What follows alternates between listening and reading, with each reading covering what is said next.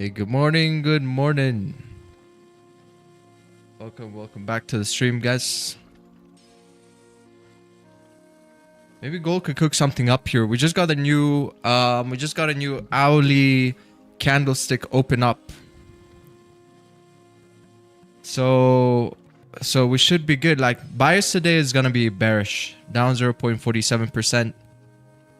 Expecting a little bit more structure over here. I'm looking for some kind of structure on the 1 minute to hop onto this moving train right now, because you know some entries that already came in early over here. Price has kind of filled this area up. Beautiful confirmations for that, for this little push. So I'm gonna be sitting on my hands here for a bit, wait for a bit more confirmations, because we've already had the retracement. So I'm anticipating that price can continue to create new lower lows over here, and we can continue this bearish movement. So I'm gonna see what's gonna happen right now. I'm just waiting for a little bit more structure. Might even look for a sell at the break of these lows.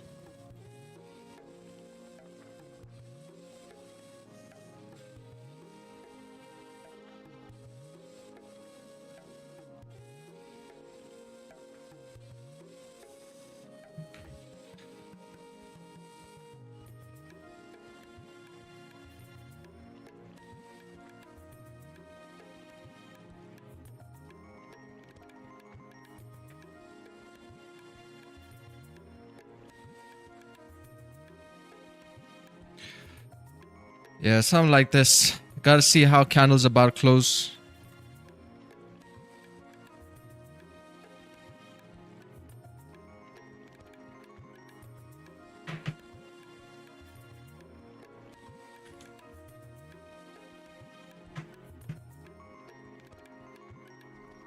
Alright, Goldie, can you give us these sells? Whatever is happening now, I'm anticipating that to be a fake out. Whatever bullish movement that you see happening now.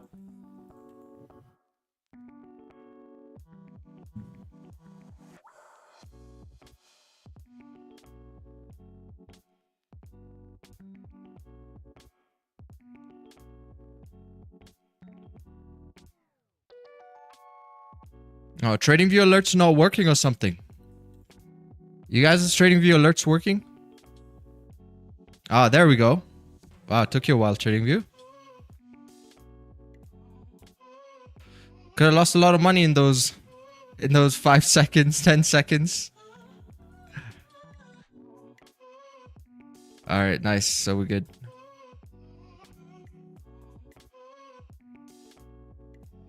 Lawsuit incoming. We just down to yesterday's consolidation. 33.74, a very tricky zone. Yeah, this is like finally markets are moving. You know, for a London session that markets are pushing like this, I'm quite happy about that at least. Looks like the hourly has already created the top wick over there, so I'm expecting a bearish continuation. It's execution. Just try not to think too much. All right, I just got in here, guys. Let's go. Let's melt for me, Goldie.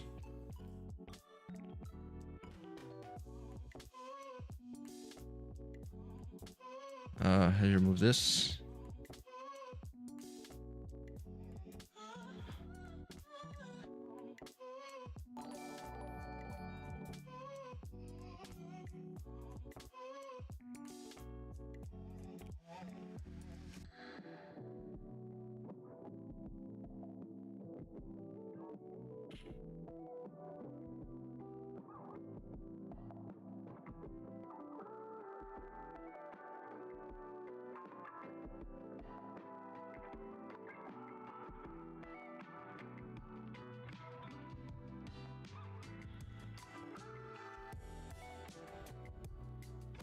All right, Goldie, let's melt. This is about 4 minutes into the London session. So quite a good timing with what I'm expecting to see, or when I'm expecting to see these moves play out.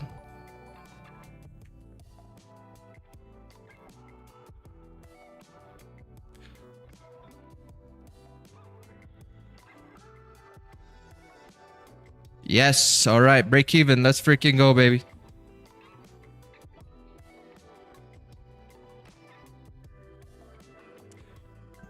There's going to be stop loss to break even here at this point.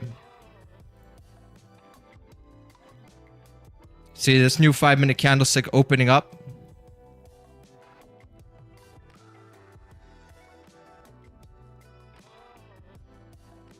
Spartans! What is your profession?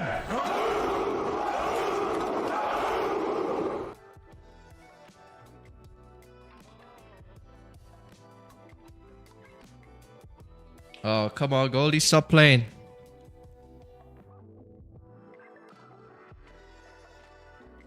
Alright, so I just got taken out here, break even. Man, crazy pullback. Holy. So close to profit.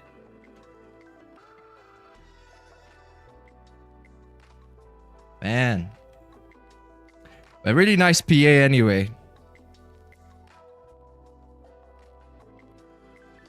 Man, so close. It's what, like 0.5 pips?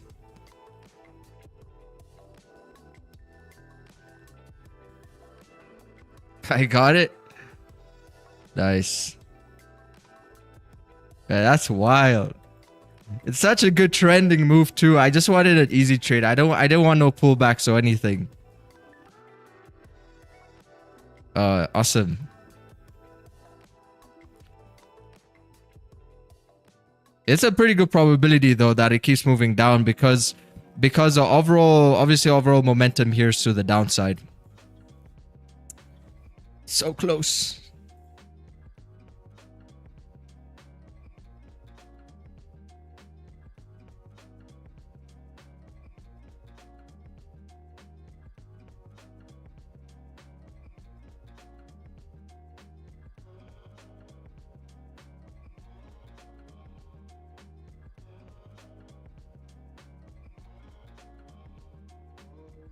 Actually, wait. How do we change this here?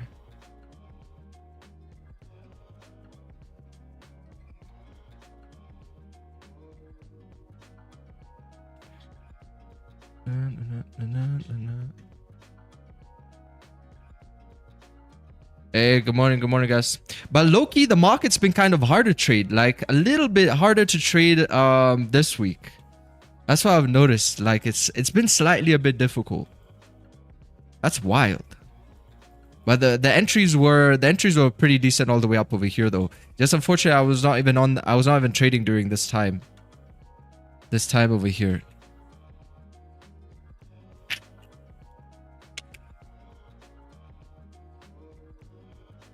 Awful week. London needs more of a kick. Yeah, definitely does. Definitely does need more of a kick. Because you know what's been happening? Since I think last week Thursday, we've been hovering like somewhere around close to the 0.40% mark when there's some kind of volume in the market. But every time it taps it, it kind of like reverses and consolidates. Like it shows you that it's just about to trend. And then when London kicks in, it doesn't have that kick. It doesn't have that kick to keep pushing it, like even up towards, like, we haven't even seen a 0.50% in the London Open. I can't remember when was the last time we even saw that. It literally just hovers at that 0.40, has just been like a ceiling for it. So I saw today it was like 0.45 already down. Right now 0.47. You know, plus that was already looking pretty good. So now we just gotta wait and see what happens. Going to kill zones over here, we can see like major consolidation yesterday as well. Like there was literally no direction all throughout, even a bit into the New York session too. Even a bit into the New York session, we just held this range. That's New York Open. Basically, you know what's funny about this move?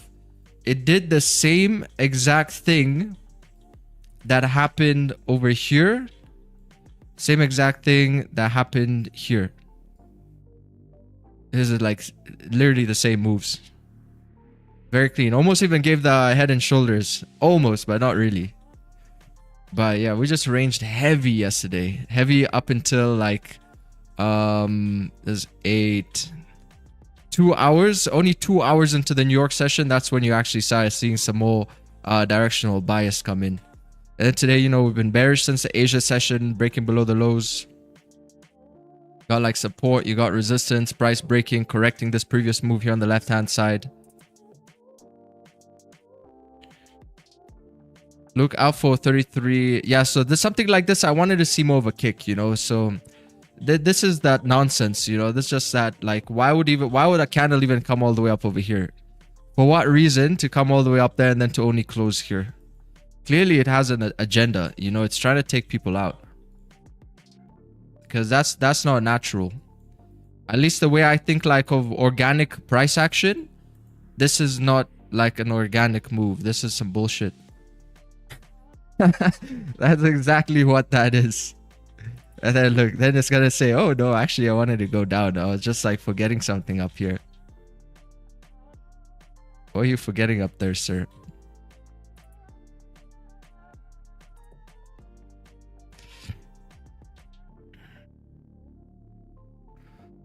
So for perspective, it couldn't move.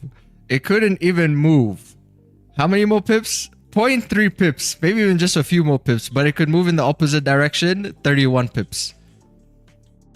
It's because the only structure that we had was here. This is the only structure that we had was right here for any sort of move. So it's gonna happen a lot. You're gonna see a lot of your trades sometimes gonna come close to hitting profit, and then that typically happens because, you know, like there's a finite amount of ways to have like decent trades in the market. Finite amount of ways to make it make sense. You see what I mean? So the market's like very well refined to approach. Like, that's why you can see anybody who trades like all sorts of strategies, we all kind of have like a similar experience, whatever strategies that you trade. And that's the way I think of markets. Markets very refined, very efficient, you know, because there's two types of people: the ones who believe the markets are random, and then the ones who believe the markets are efficient. So I believe markets are efficient, not random. Jumped in and out so fast. Lol, dipped my toe in the surf. Yeah, just in and out. In and out. But these are our favorite trades though. The ones which happen so fast that we don't even have to be on the charts for long. You know, been on the chart here literally 3 minutes in, and we already got a position in here. I already took one sell this morning. I did see some good blues. I could have secured maybe even just about 1%, but I wanted to hold it a bit longer because of obviously the trend today. Yeah, fortunately that went against me. So 2 trades taken today.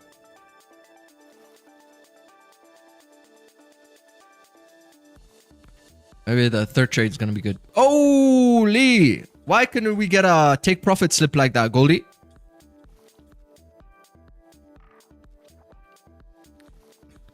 Why could we not get a take profit slip?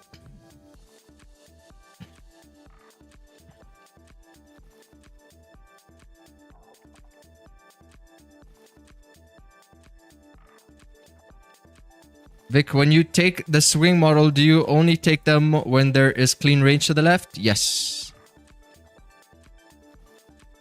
Yeah, you see, we already had some of those moves happen today. Right over here, this beautiful correction. You could have caught this if that's what you're looking for. Swing entry model to the upside. Because look at the way price came down here. You had all these bearish candlesticks in a row. Insane. Talk about oversold RSI somewhere. And candles just kept coming down. 1, 2, 3, 4, 5, 6, 7, 8, 9, 10. Like, it was bound for a correction. Like, this creates some kind of imbalance as well. So I think that would have been the confluence for a potential buy entry here.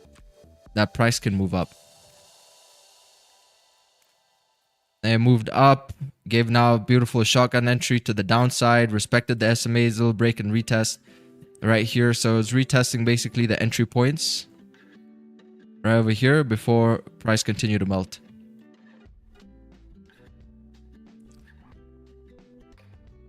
All right, let's see. Daily time frame. All right, so daily's coming down. Looks like we filled up our range. We had our targets here for the week at 3,400. Still definitely got a little bit more room up towards like 3,400 though. A little bit more room. But you know, right now I think it's coming down because it's filled up the range. So if you look on the left hand side, price has come all the way up towards basically this general zone. So that's why we're seeing a mid of the week volume towards the downside. This is potential profit taking as well. Because remember, like everything we speak about on the lower time frames also happens on the HTF, right? So you can see this little break and retest, filled up the range, mirrored this PA. You got profit taking over there.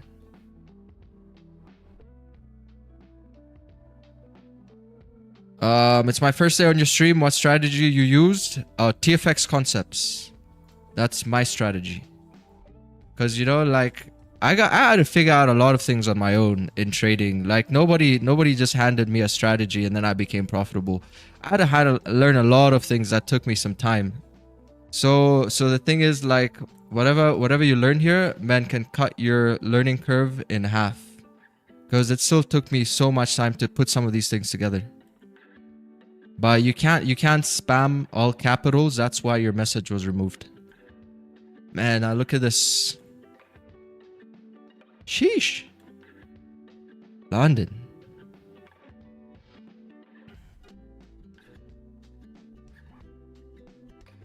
Yeah, a lot of fucking around was done over the years. Because you know they say the more you fuck around, the more you find out. So there's a lot of that going on. Plenty of that going on. You know the difference between winners and losers is just winners lose more. Ironically, winners just lose more. That's the difference. So winners are really winners. They're just better at losing. So every day it's like, if you're not gonna learn a lesson every day, then it's like you're wasting your time. Why even show up to the charts if you're not gonna learn a lesson? You know, don't you want to get better? Don't you want to improve and really see that edge? That's why I love to think about it like working out. Like every time when I'm working out, all the way I approach life nowadays is a reflection of trading. So every time I think about something like working out and, you know, you do those 2 to 1 reps before failure, I'm like, this is where the growth is, man. Like this is where I really need to go a little bit harder, because that's what makes the difference. You know, that's what makes the difference in the gains that you're going to see. Is like right there at your weakest point. If you can just, you know, do a little bit more, just a little bit more, that's where the growth is. You know, but if you're having it easy and you're doing this the whole time and you're like, okay, you know, I've done like 15 of these, but I'm still not tired. I could do like a 10 more, but 15 is a high number, so let me put it down. It's like you're not really doing anything, and it's going to take you longer to get the results that you would get. So, you know, you got to always put the pressure on. You got to put the pressure on every day. So when you take a trade, like for example, you take a trade like this, you're going to reflect on this trade. You're going to say, you know, why did I take this trade? What happened on this trade? Was there anything I could have done differently about this trade? What psychology happened? Because, you know, basically what happened here was just like a small little shark, right? It was a small little shark that just took out these sellers. That's why it came all the way up here before coming down. So this has nothing to do with my strategy or anything. This is just a market variable. You know, I think there's a difference between the types of trades that you take. There's some which are quite obvious like this. Then you can say, okay, you know, that most likely could have been a bit of manipulation up over here so it can come down. And then you have to be able to differentiate between those types of trades and also the ones where you just play the victim. Because, you know, sometimes people like take a losing trade and then they blame manipulation for the losing trade. You know, there's definitely a difference between playing the victim and actually seeing something that might constitute as that. But of course, if you want to be a wise ass as well, you can say something like, oh, but you sold into support. But you see, that's the thing about trading. It's very paradoxical. So you have to stick to a system and a concept of understanding the markets.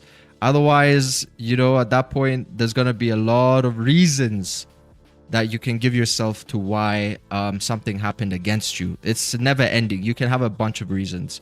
If I had this trade today and let's say this trade went against me, someone in the chat would say, oh, but you sold into an FEG. You know, but today, since it went down, that's not the case. So you see, you got to be very careful about the way you analyze and audit things in the market. Very careful.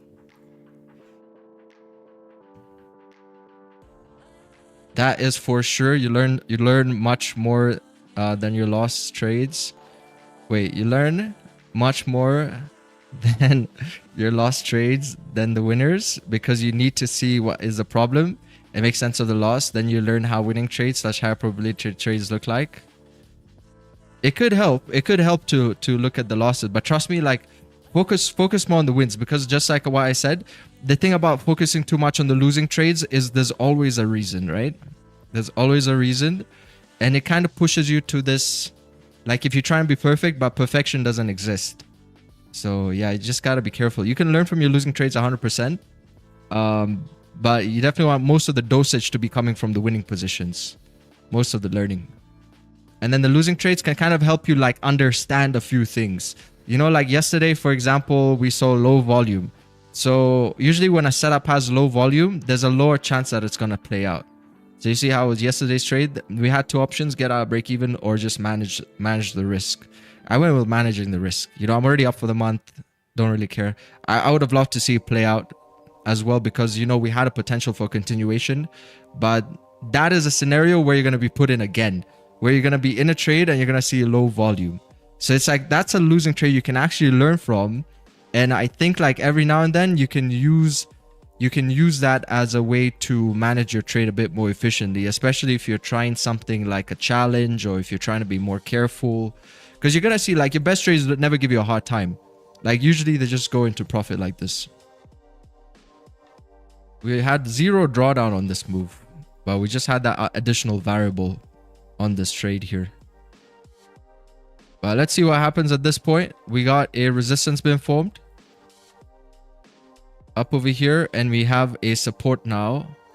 So this whole range is from this low to this high. That's about 84 for 85 pips. Down towards support. If in NY, it will go back up to fill the range in the 1 hour. I'm not even thinking about NY right now, because we just had London open. I'm thinking like maybe price is looking at this range here. Maybe price can come down, correct some of these moves. Look at these little impulsive moves to the upside here, and another impulsive move to the upside here. Accumulation, breakout, we have support. So if it breaks below this area, man, I think we could be seeing like 33.55. 33.55 breaks below that support here on the hourly. Look at this beautiful range. This whole range here, it's like 120 pips. 120 pips. So we're seeing where these little grabs are. I see it did like small little break and retest off of this zone. Pretty big wick that closed like a doji candlestick. So it looks like it's grabbing more from the upside as it's trying to push downwards. Also right over here, a little grab to the upside as it's trying to push downwards. So it's just a matter of like just waiting to see what the market does here at this point.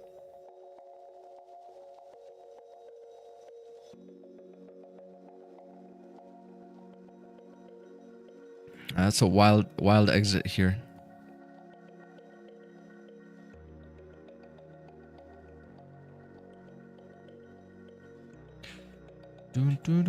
But those are my favorite trades. Those types of trades where you literally don't think about them. You just take it. Those are the best. Saw it. Executed. That's it. Can you recommend best broker and best prop firm? No, I can't, because I'm not affiliated with anybody. So I don't want to give anybody any free affiliation like that. Oh man, look at this complete melt. Candlestick just bleeding here off the 1 minute.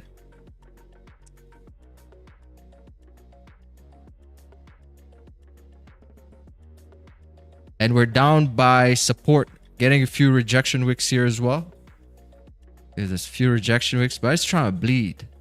Trying to bleed because it's already mopped up most of the range here on the HTF. But I said like this is a kickoff to potential kickoff to 3,500. So somebody on Instagram sent me a message when price started moving up here last Friday. Yeah, that could have been, if you're on stream, that could have been the kickoff for sure. Even though we filled up the range towards like 3,400-ish, it could still continue to move up here towards 3,500. So that's what we're still overall anticipating for price. And you're going to see some profit taking.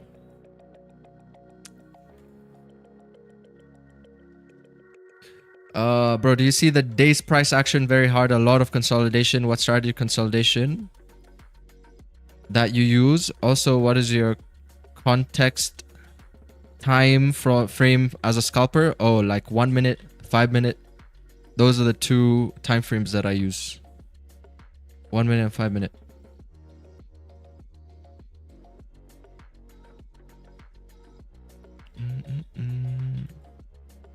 But yeah, the breakouts are happening on the 1 minute, but sometimes the 5 minute as well. Like yesterday, there was a potential breakout here on the 5 minute because the range was huge, but you probably had earlier entries off the 1 minute. You also had some few rejections over here. 1 minute plays to the downside, consolidation breaks over here too. Also shotguns with shotgun entry confluence. Those are actually nice sells, because if the market is moving sideways, then you know most likely it has a reaction off of the highs.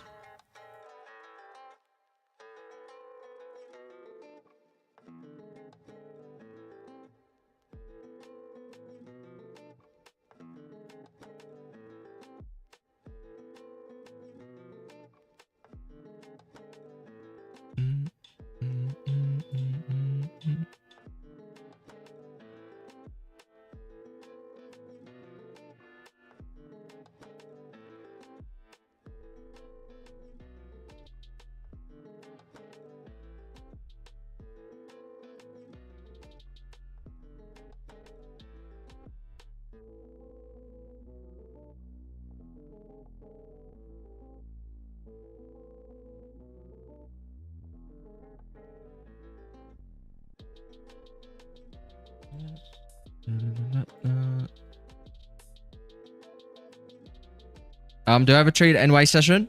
Mainly pre-New York, but not the NY session. Because the NY session has a bit too many folders, and it's also not lining up nicely with my lifestyle.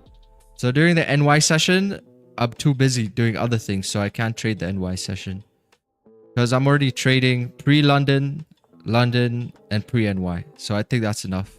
Those are like three session timings. Yeah, that's more than enough. Because each of those sessions can at least give me one trade. So one trade, one trade, one trade. Worst case scenario, I don't get one trade in one of them. I can still at least have two trades. Potentially, even one trade is not bad. So as long as the day ends and you have like around 1 to 2 opportunities, I think it's pretty good. This week has been crazy low volume on the London session, having to settle with break-evens and 50% or else get Ls. Yeah, it's because you see, like, most of the time we're seeing the moves happening like kind of earlier.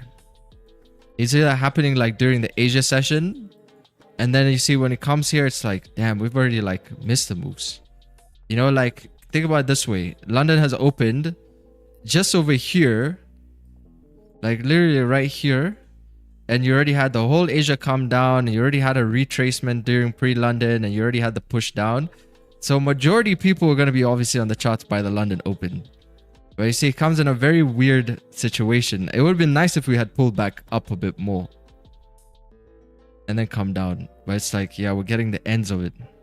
Just the same way my pre-London was. Like, I already got the ends of it here today. So the timing aspect of it is kind of, it's a little bit off. But you can't chase the market. So because that's always shifting. Like, you know, where your entries and stuff are going to be, it's always kind of like shifting, right? So you just have to stay consistent. Because if you chase the market, you're going to miss more than you hit. Feeling bearish? Yes, sir.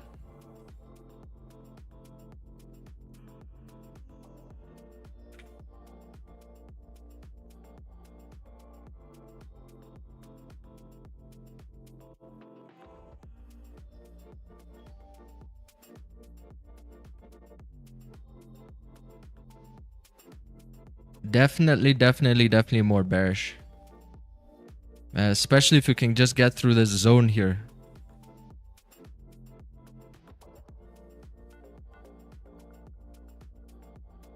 By 33.71 should be off to the races.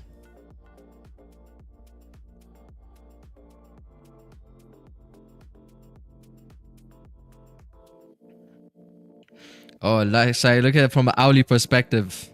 Yesterday's PA did a dirty move. Small little liquidity grab before it started heading up. See this? Tiny little liquidity grab over here off the hourly. And then this was the range that we were basically stuck in the whole time. That was the London session range up until New York open. And then we started seeing, let's see. That was like 2 hours into New York. It did small little liquidity grab and then it moved up. Nasty. Because you gotta imagine that the hourly candle was down here at one point. It looks something like this. It looks something like this. And then it quickly flipped. It then closed bullish over here. Above that resistance. Next hourly opened. Moved up a volume.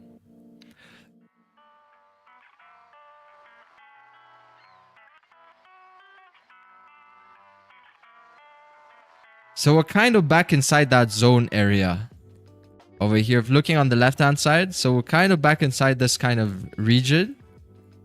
So quite important to see if price now breaks below it to move down, because it's already attempted to move upwards.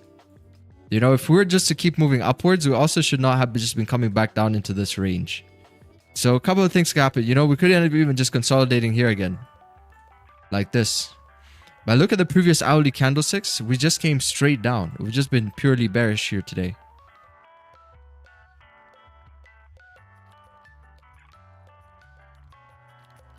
Do you pay taxes high in the US? We are expected to pay more than 40%, maybe a little less. But just to be safe, at least 40% depending on where you live. Don't give any tax or financial advice on the stream. I think you know, you gotta speak to someone about that. Otherwise, YouTube is gonna be like, oh, you're giving financial advice. Now I'm gonna block you.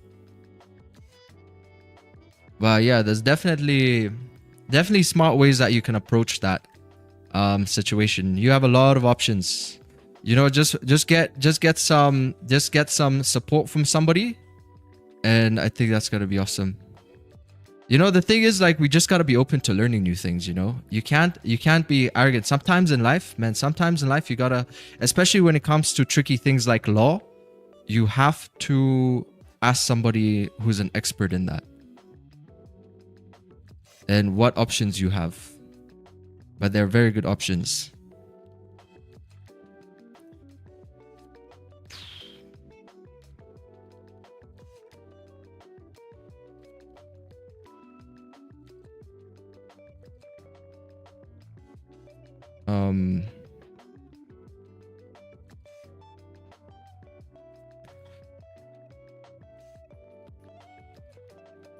Yesterday watched the gold masterclass simulation vid, working my way through the playlist. Awesome, Vic. Nice one, Jay. Yeah, I think there's a lot of value in that. Especially the last simulation that we did was really nice. Like if you're trying to understand these clean ranges a bit more, the last simulation I think was like a really nice one.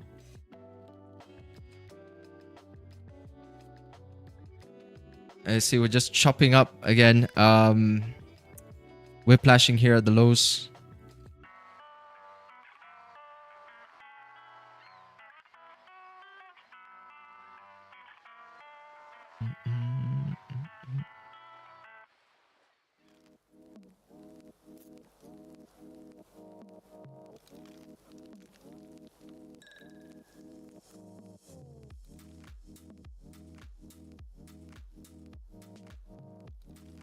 Hey, do you see PI cause Asia bearish move?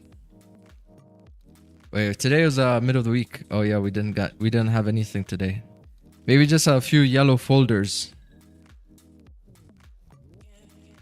But we don't have really any fundamentals. So it's a nice day. It's a clear skies here. See, geopolitical trade friction to keep risk premium priced into gold. Geopolitical and trade tensions are likely to keep a durable risk premium price into gold. The precious metal fell slightly, but held onto gains booked this week over renewed concerns surrounding the Federal Reserve independence, giving President Trump's threats to fire Fed official Lisa Cook. Given another hinge for gold is trade policy, as markets appear convinced that a new US tariff wave could sap global strength. Persistent geopolitical risks such as Ukraine stepped up strikes on Russian energy infrastructure could also add to gold safe haven bid. Spot gold slipped 0.5%, 0.50% to 33.75. Yeah, it was a good day here.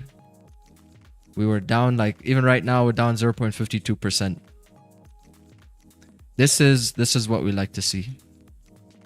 Some kind of a directional bias. Jonathan, thank you for the sub. Gold hovers near 2-week high. That's 2-week high. Now the question is whether we can break this 2-week high and then make a run for the all-time highs. Because, man, gold is about to have a crazy bull run. An insane bull run. That's what we're expecting. And once we start, I gotta hold some trades. I think I gotta hold some real bumperclot trades once that starts. Once that starts and we start to see candlesticks moving like this. Oh, it's curtains for the year. That would be the last yearly higher time frame move, because we're expecting 2 rate cuts this year by the end of this year. That's a word on the street. So September and then for the next 2 FOMCs we're expecting 1 more. 25 basis point cuts. So once we start moving, it's gonna be nice, because you know we haven't done anything here since like April, since the 21st of April when we came into the range. So this is kind of like the PA we're expecting to see. As you know, the year's coming to an end, man. The greatest plot twist happened towards the end of the year. So we're expecting to see a little bit more of a bull run like this. See a beautiful little consolidation phase, like just pure volume to the upside. Just pushing. Then we had one last push here, 3,500, just about tapped 3,500 before price broke into this range. You can see how that psychological mark here works.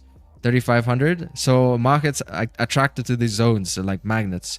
So that's going to be the next area we're looking at once the volume starts to kick in again. And I could already anticipate that some of the bigger players are already stuck into their trades from these general regions over here. Especially once Powell came on, like you see this massive candle. I don't see price like breaking below like 33.10 or like back to 3,300. I just don't see it. You know, and September is already around the corner and we're going to get the FOMC on the 17th.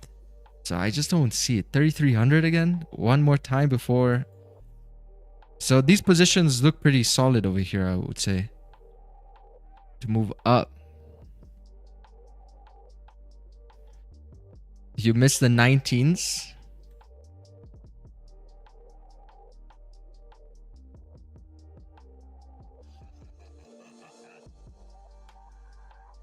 Gold is just moving up and up and up.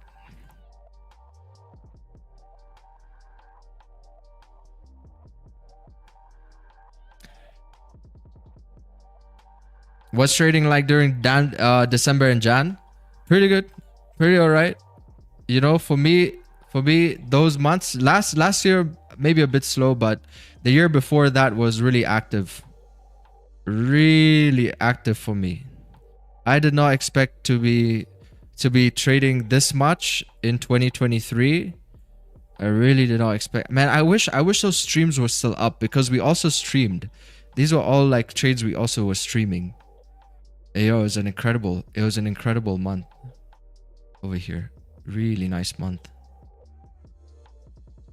And then last year was a bit slower.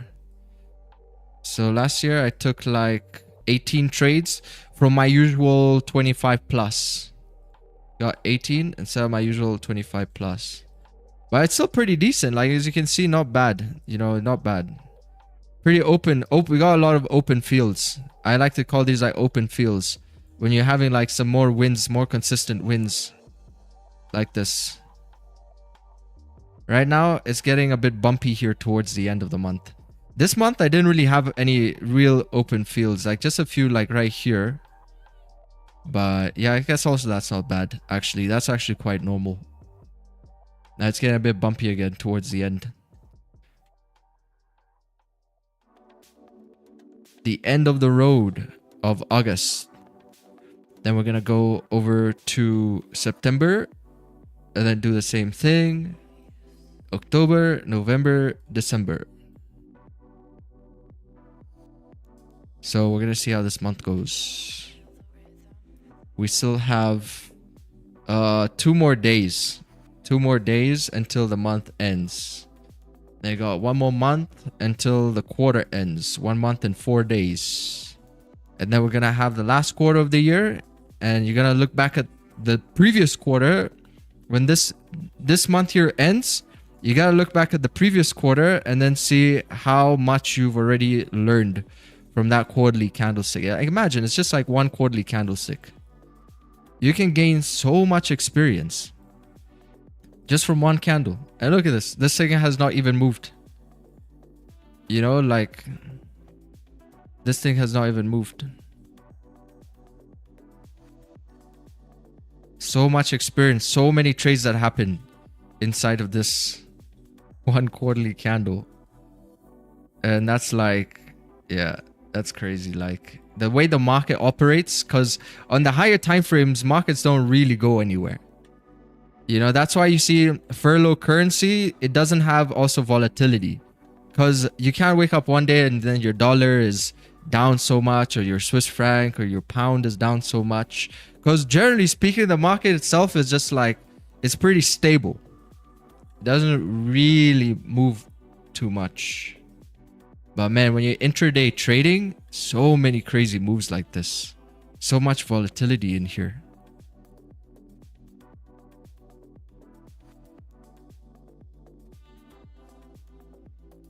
In the grand scheme of things, markets are most of the time consolidating. Like, majority of markets, if you're talking about commodities, bonds, what have you, majority of the markets are just consolidating most of the time. And that's why it can even be difficult to trade. In just a general perspective, it's consolidating. On the HTF, took my 1 trade in a day, followed my rules, made money. I'm happy because I followed my rules, not because I made money. Awesome, man. It feels really good to follow your rules and also make money. But also following your rules, the best thing. Best thing. Because you know, that's something that you can replicate. You follow a rule, you can replicate that again. You get lucky, maybe you can't replicate it again. But I would say leave the lucky trades for a bit more experience.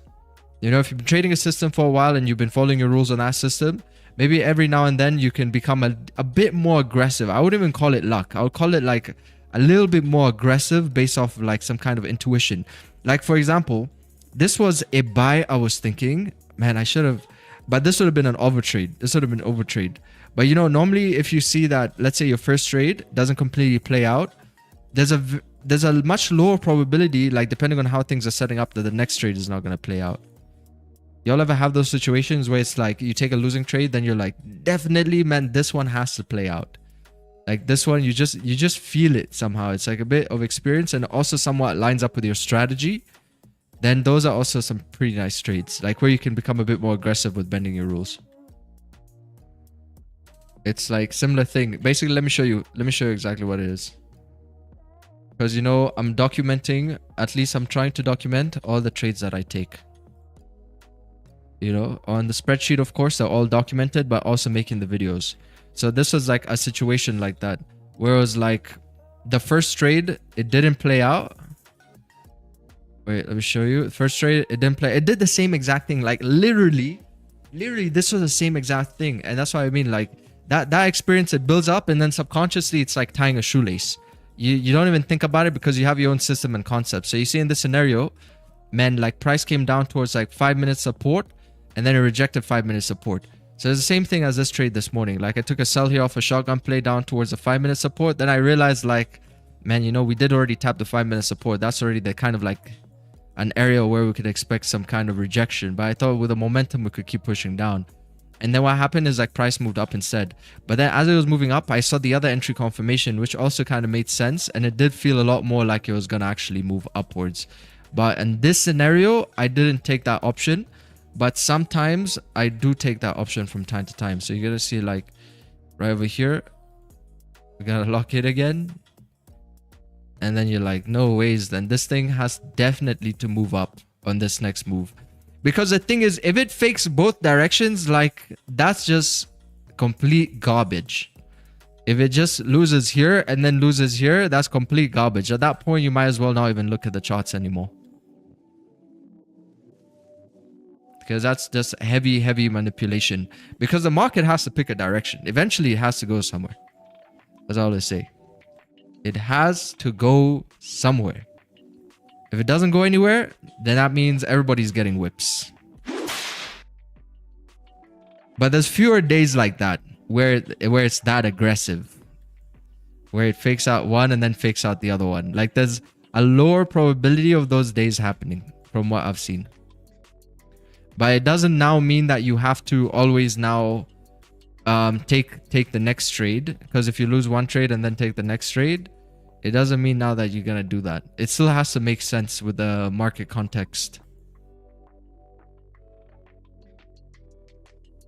So that's when your concepts are going to come back in.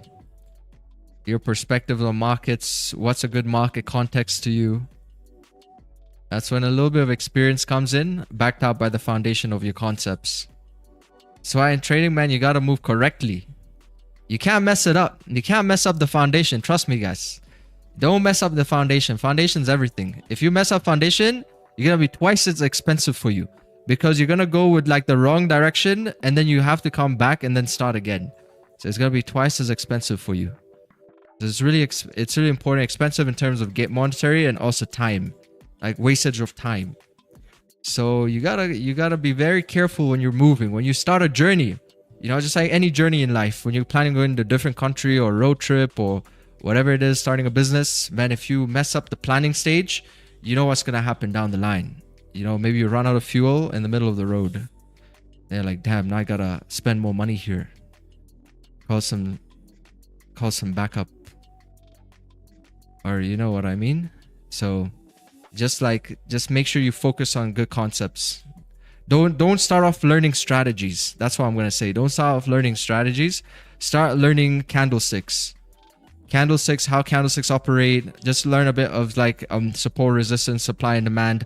Those are just the basics, you know, understanding what a trending market looks like, consolidation market. Those are the basics. Those are the pure basics. You can talk to anybody about that. You know, you can't talk to anybody about an FVG. Some people will be like, what the hell's a inverted unicorn? What the hell's a shotgun play? You know, what's a swing entry model? You can't talk to people about that, but you can talk to people about support, resistance, supply and demand, and also fundamentals.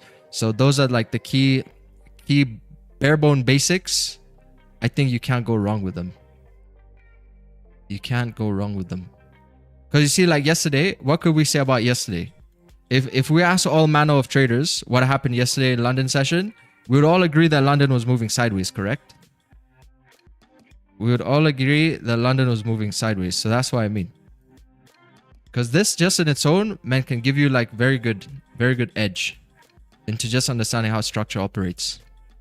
But if you're too much into the strategies, you're not seeing that.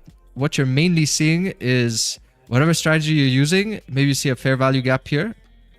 And then, you know, fair value gaps maybe not working today. Or maybe you gotta see like a Fibonacci, looking for Fibonacci retracements, but you're using a fib inside a range. You understand? Like this is where now people really mess themselves up. That's why they focus too much on the strategy. They're not understanding the overall context of the market. And then everything kind of flops at that point. So that's why, man, TFX concepts, it's based off of these situations. But on different time frames, because obviously the markets are fractal. So you can have a big consolidation here, you can have small consolidation here. And then you got your entry models. As you start to dig into it, you can start getting your entry models. You see little shotgun plays in the overall context of what the market is doing. I think that's gonna give you some really good potential trades. Yeah, I think that's what it is. I got a nice little breakout over here. Yeah, this breakout took really long though. That breakout took much longer than usual.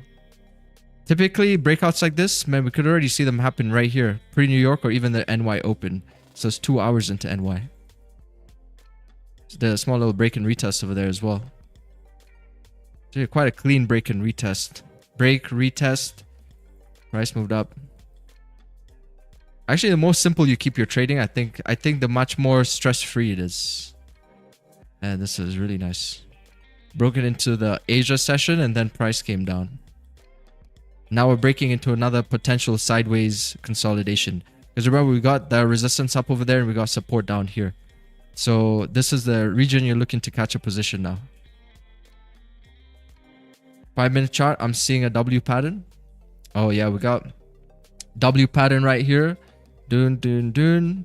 Potential W pattern. But you still got resistance by 3382. I see us, for some reason, I see us ranging. I already see us like moving sideways within this area. Because we've had the move down. Markets move 3 directions. Bearish, sideways, and bullish.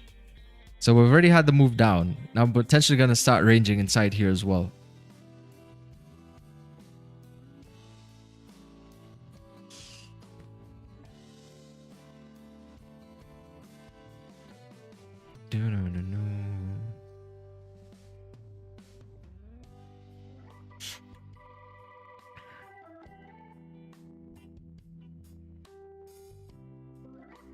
Nice little shotgun play though. From this end, this little buy situation. Stop loss would have been, well, like 24 pips. I don't know about this range though. It's like, you know, 16.5 pips. Pretty big stop loss though. Maybe unless you just put the stop within, just within this area, not below the candlestick. Expecting some kind of retracement up. Kind of a risky move, but kind of looks, it still looks like it played out based off the way candlesticks behave. Or how we rather expect them to behave when taking those types of entry models. Like candlestick basically close above here, clean range here, break of the highs, and then continue to move up.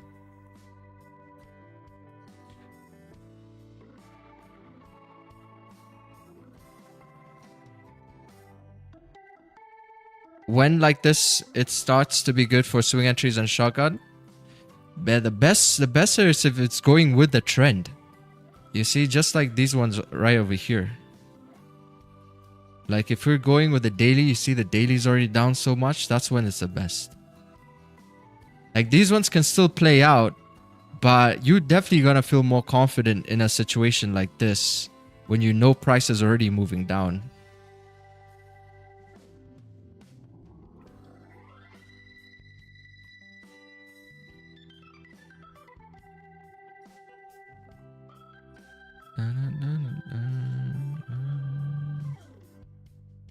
Like pretty nice parabolic moves over here as it's heading towards that 3381 resistance.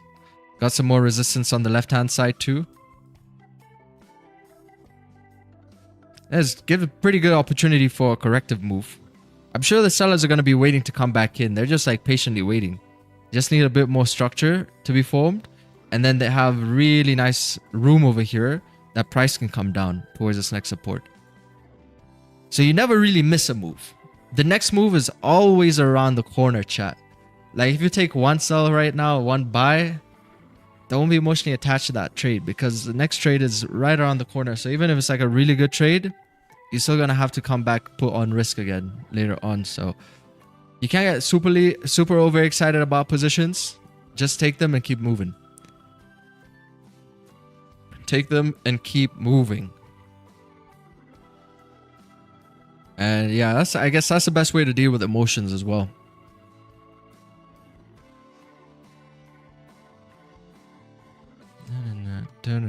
So this is like my second trade of the day. I still have ammo for one more position.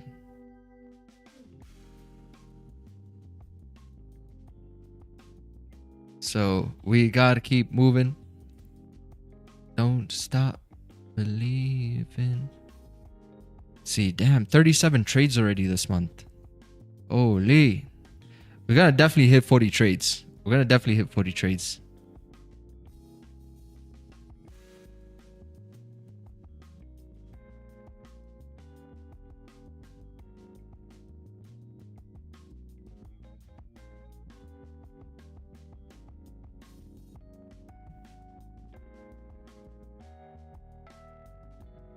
They say that everybody waits for the perfect moment but true winners move even when the ground is not steady. So you must keep moving. You know, sometimes people are going to take some trades and they're going to feel like, oh man, you know, it's getting hard now. I got to take like a break or something. You got to keep moving even when the ground is not steady. You know, what do you mean you got to take a break? Just because things are getting hard, that you got to take a break now? That's when you should be putting the pressure on. Remember, that's where the growth is. It's on that other side of when things get tough, it always gets better for you later.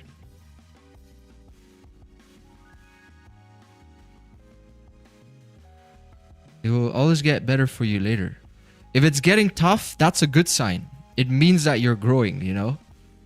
Like always, like with business always gets tough when it's growing. You don't want it to be easy. If it's too easy, that means you're not growing fast enough. You need that speed. You need that momentum. You know, so difficulty is a good sign. It means you're pushing forward. If you're not pushing forward, then obviously you're stagnant. And any motion is better than no motion. At least you're moving. Why you didn't long from the bottom? It touched the Asia lows. Oh, because that's not my strategy. I don't just long the Asia lows. But yeah, today that was a good long position. If you took a sell here, I mean a buy here at the Asia lows. Because you got Asia low confluence. Maybe that would have been a nice little additional confirmation for you here at the Asia lows. At the Asia lows, then you're gonna get your consolidation breakout and distribution to the upside, or shotgun play entry over here. I think that would look really good. Now it's filled up this range and it's still pushing on.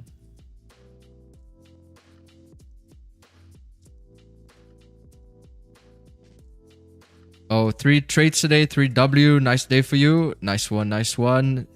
Do you take buy when break above? Break above here? I think you gotta be careful because you have resistance on the left-hand side. See, you got these resistance points. So I would not take a buy here, mainly due to this. So you wanna watch out for this right here. Because you know what happens is this is gonna become like a kind of a red zone where potential fake outs could occur. Because there's no room for price to move. You see? So it's gonna like bump its head on these areas. Whereas if you're gonna have some other situation like this, see, at least here there's more room for price to move down, but there's no room here. So what typically happens in a situation like this, you gotta see candlestick maybe push up, and then the next candlestick comes down like this, because it's kind of like a red zone. And then that also gives you very nice confidence. Remember guys, like we've taken these types of trades before where we've expected price to struggle at a key level like this because there's no room for price to move up. And then candlesticks do something like this, and then they struggle, and then they give you a beautiful entry confirmation once it starts to break these lows. You're going to have something similar as what happened over here. Basically happened over here as well. You're like, damn, I anticipated this. You visualized it first, and then the candles printed it, and then you took and you executed. You executed on the trade. Those are the best trades. You visualize and then you execute. Visualize exactly what you want to see and then you execute. So you determine to the market what it is that you want to see to take a position, and not the other way around. Because you know, a lot of the time you're sitting on the chart all day and then it's like the market decides for you what you take, because you're kind of losing patience. Which broker are you currently using? I said I'm not affiliating with any brokers. No affiliation with brokers.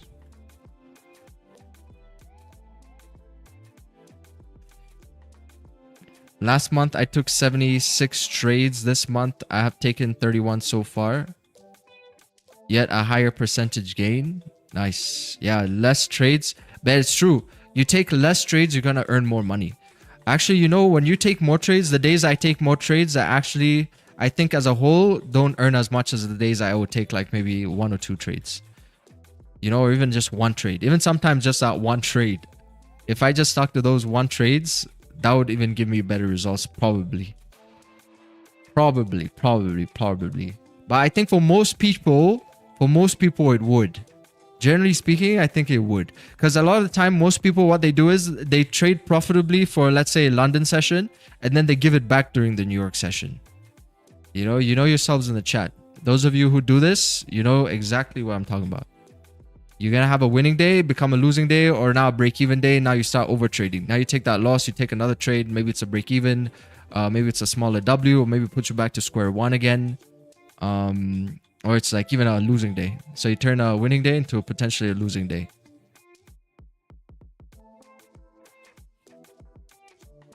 I see candlestick is starting to break above. See if it fakes out within this area, because this is kind of like a really risky zone. Now we could definitely see candlesticks start to pull back down.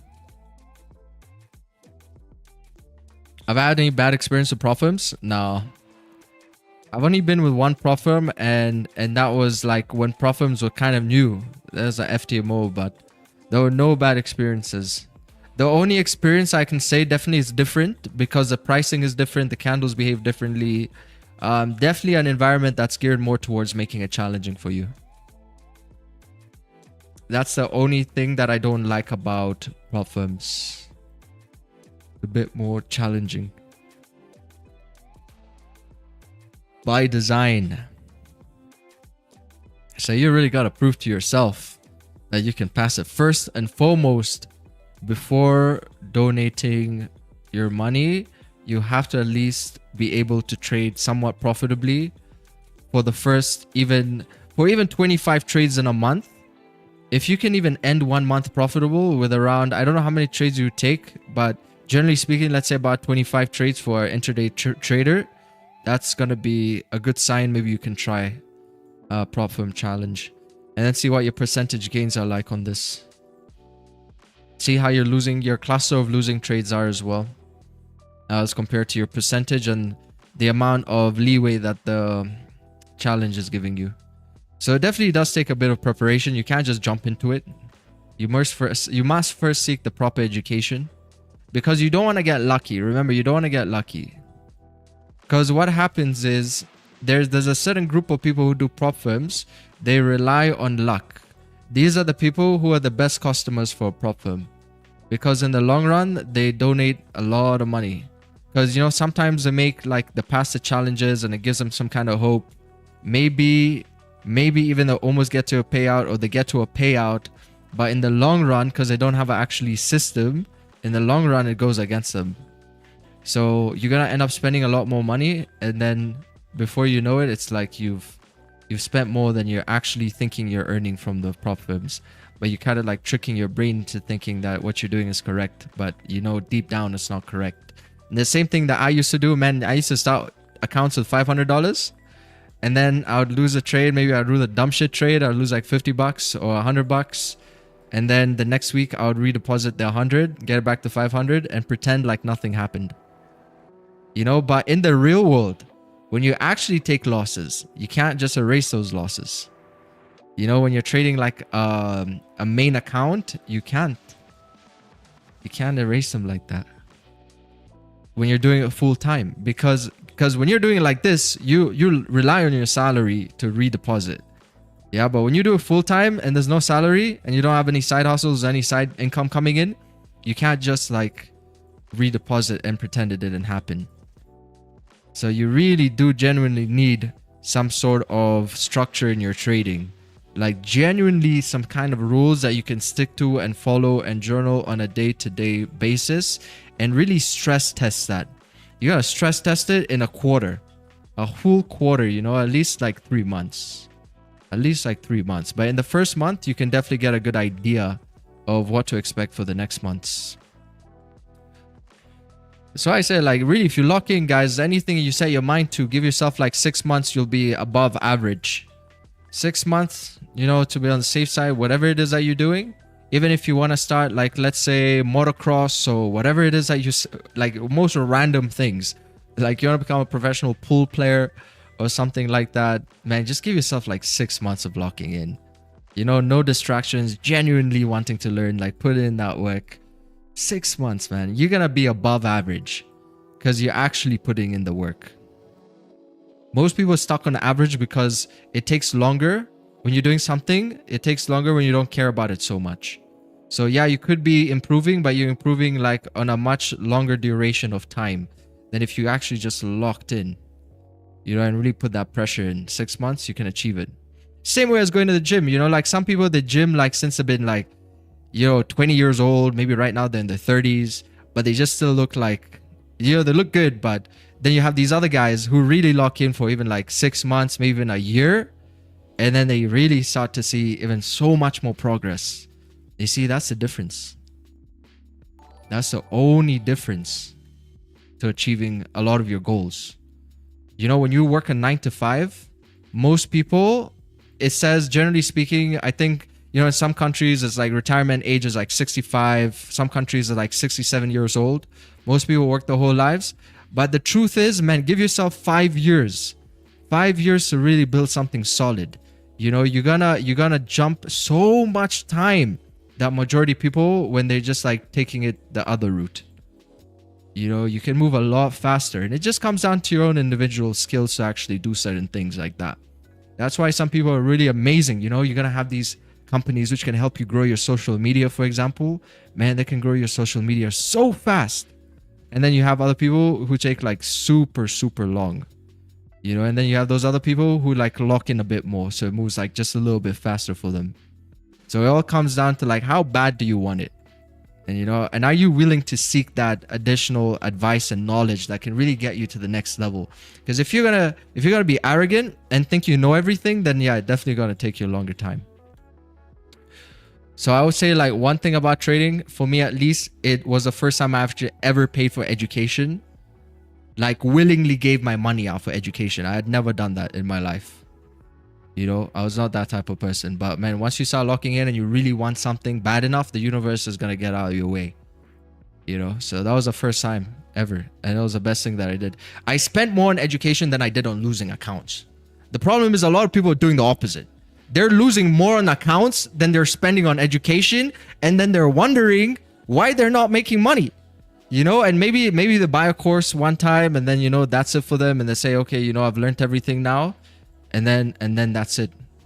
And then, you know, then the learning thing just stops. But learning is a full-on journey. You're always learning. So you always be willing to spend at least more on your education than taking dumb risks. 100%. And man, my first course I could have gotten for free. As I said, I knew the guy. He was a famous guy. I literally saw the course. I could download it for free. But that day I said, nah, let me pay this $300. Paid $300, and let me tell you something. I studied that course religiously. Every single day, I went through it. I learned everything, wrote everything down, literally absorbed everything. Then I'm like, okay, you know what? I think I'm good to go now. I put in the work over here. I genuinely put in the work to understand everything. Like, okay, so now the journey must continue. Let's see what this other guy is doing. This other guy. And then in the end, man, you use your time a lot more efficiently, and you start to build your own sort of like experience and understanding about markets. That's just a natural progression of things. Where's price going? Price is going up. Price is going up right now. 0.28%. It's going bullish. It's retracing here on the daily. As I said, like, man, we could be seeing like 3,500. 3,500. It was a good trending day up until the London session. Looks like we're no longer trending bearish. Now markets are flipping. 0.30%. Breaking outside of this area over here. Crazy parabolic as well. 1, 2, 3, 4, 5, 6, 7, 8, 9 bullish candlesticks in a row. And it's still moving up, but it's got like some resistance points on the left hand side. It's got to get through some speed bumps here on the left hand side.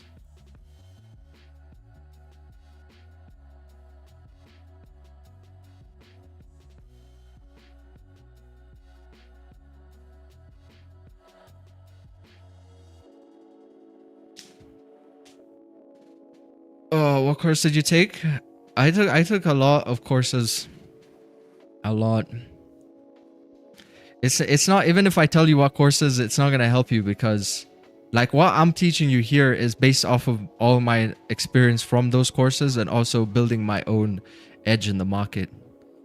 So why I think the courses are, as a new trader, it's really important to understand different people's psychology.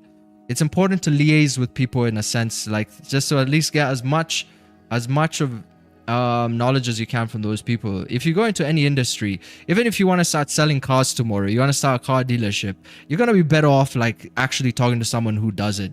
And then they can tell you, okay, you know, these guys, these countries, you got to watch out for this type of cars, you got to watch out for this. Oh, I know this shortcut, maybe it can work for so long, but you might have problems down the line. Like, you need these people. You need them. You can't just start a car company and then think you're going to do it all, because you're going to lose a lot of money, like if you don't know what you're doing. It's like traders, you know, traders, it's like trading is a business, but when you start trading, you want to get funded. You already want to get funded. You want to put in like so much money into your live account. You want to do all of these things because you got a lot of like hopium in you. Got a lot of hopium, but man, those are going to be expensive lessons that you're going to learn. You know, there's no shortcuts in life.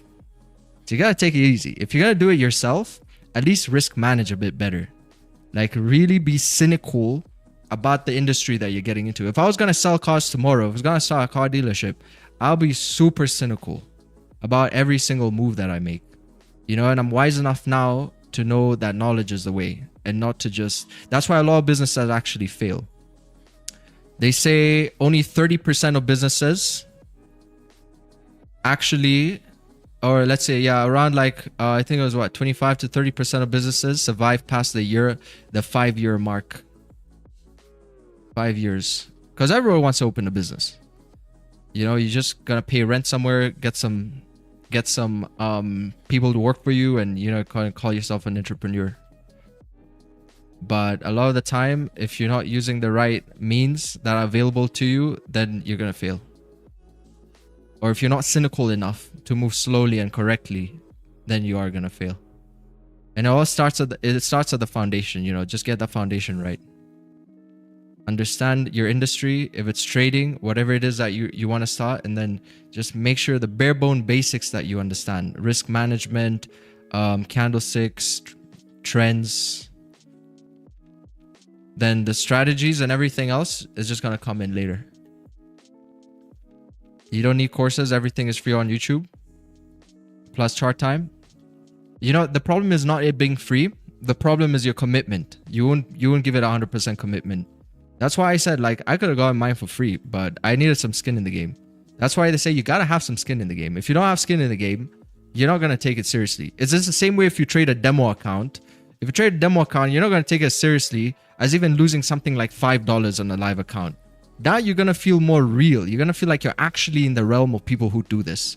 But if you're just going to do demo and you're just always looking for free, then, you know, you're going to be half-assing it. You know, and why half-ass something that, you know, you're going to basically sleeping on skills that can make you a millionaire. That's what people do. Not just in trading, but in everything. They sleep on their skills, which can make them into millionaires, because they're half-assing it. They're not willing to commit.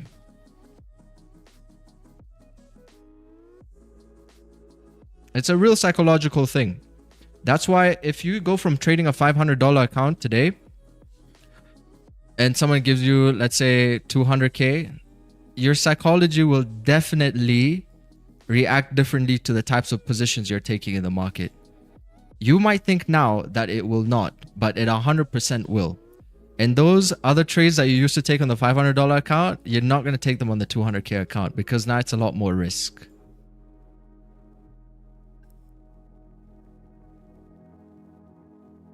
So there's a truth to it.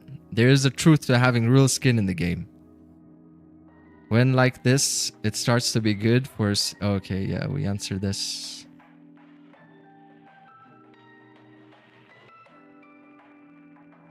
And it helps you with patience as well. Because if you trade a demo account, you're going to take like so many trades. You're going to take like 5-10 trades. You trade real money, you're not going to be as risky. You will wait. And especially once you get the back-to-back losses on a demo, you don't feel anything.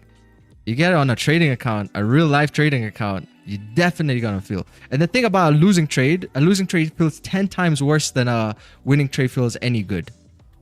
You know, you could win so many times But when you take a loss, your loss is going to feel so much worse.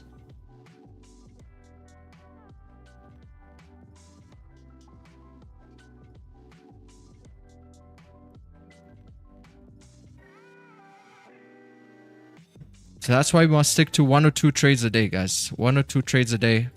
Think about it like you're trading already the account sizes that you want to be trading. And you get real skin in the game. Because I used to trade $5, $5, $10. You know, for me, I was already trading this like a lot of money. Sometimes $25. That's how much my trades were, $25. But I was already treating this like, obviously this can be a lot of money. And it can add up, you know. If you lose like 2 $25 trades, that's already 50 bucks. You know, four of those are already like $100. So you gotta respect money and also at the same time be indifferent from it. No matter the stage that you're in. Maybe I'm lucky I bought from Asia lows today. Oh, nice. Yeah, if you bought from Asia lows, you're sitting in some really nice blues. You know, we can like secure some partials. You could take something off. Should I lock the profits? Yeah, I would lock the profits. 1 to 2 sounds pretty nice. If you still think it's gonna run, you can secure like, you know, 80% of your profits and then just let the partial continue running upwards. Because what happens, you could find yourself in a very nice trade and that could be the lows. And that could be the daily lows over here, but at least you're gonna secure something. Like 80%, I think is pretty good, and then let the rest of the position go.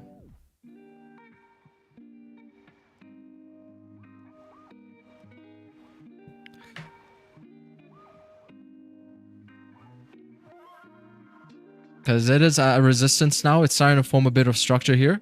You got like a bearish engulfing candlestick. You got a few rejection wicks.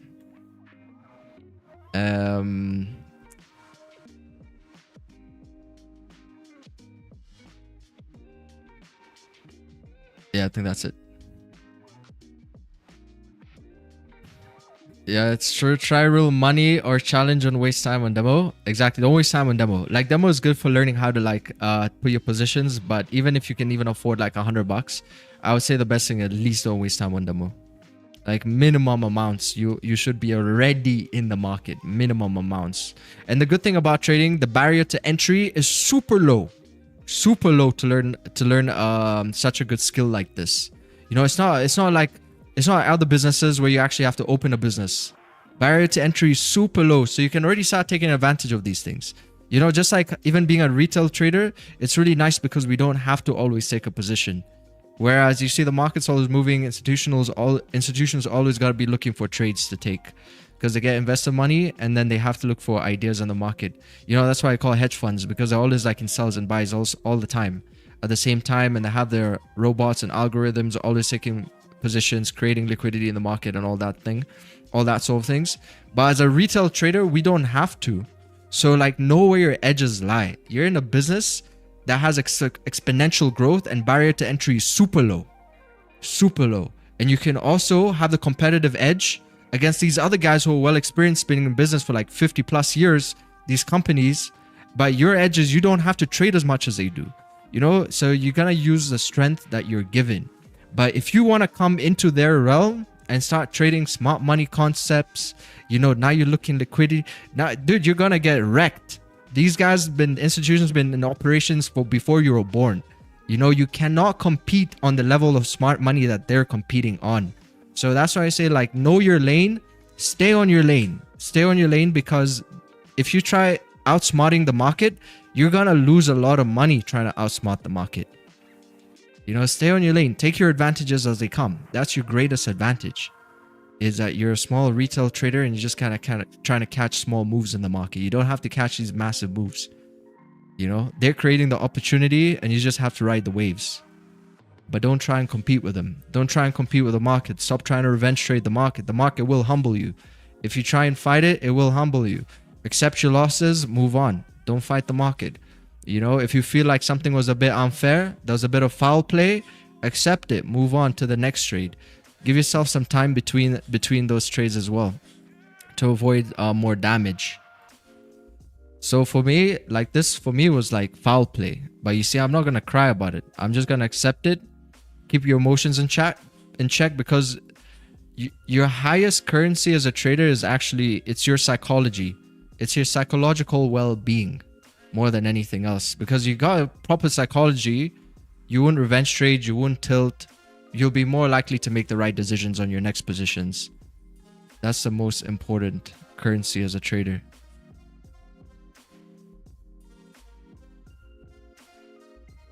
That's why for me, my rule of thumb is one trade a session.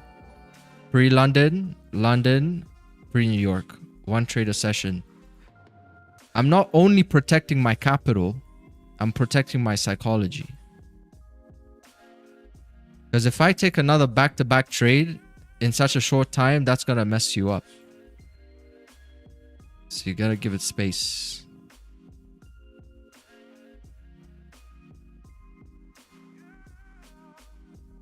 Give yourself time to grow. William, thank you for the sub. I'm already up 108 US on the Asia low. Let's go. Would love to know how you're making out the gray rectangle levels. This is like a tool over here. You're just gonna click on this. If you go on the left hand side, you're gonna see it right here. Rectangle.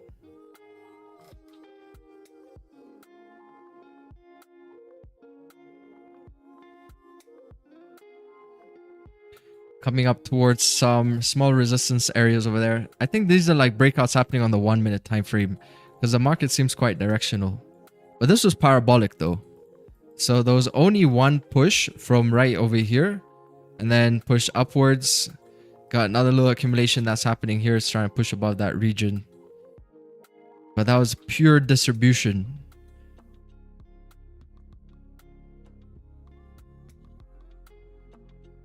It looks like that accumulation is actually all the way here. Stops below here. It tried to retest those areas, but it still respected that wick low. And then continued to drive up. Yeah, it could have been a trade that could have been nice. Nice to take. Asia low confluence as well. Because you're kind of tracking it back to where it makes sense. You know, so I use structure. I just don't use these levels where some people like to buy off of these levels. It could be pivot points. It could be FVGs. Fibonacci retracements. But I'm using candlesticks and structure. So whenever I see price move up like this, yeah, we're going to see like this would have been an area that you could have executed. Price move downwards, sideways, bullish. Now it's having like a small little accumulation here. It's trying to continue to distribute to the upside. That's what it looks like. Man, crazy parabolic too. Let's see. Gold rate today. Check the latest rates. The market focus now shifts to next week's US unemployment data. Non-farm payrolls, which along with expectations of September Fed rate cut, are likely to keep gold supported. Meanwhile, geopolitical tensions, obviously Russia-Ukraine, still going on. Overall, gold maintains a positive bias with an expected range of RS 99,000. What is RS? Is this Indian currency? Yeah, so Mumbai, Kolkata. So, okay, let's see. The views and investment tips expressed by experts on money control are their own and not those on the websites of its management. Okay.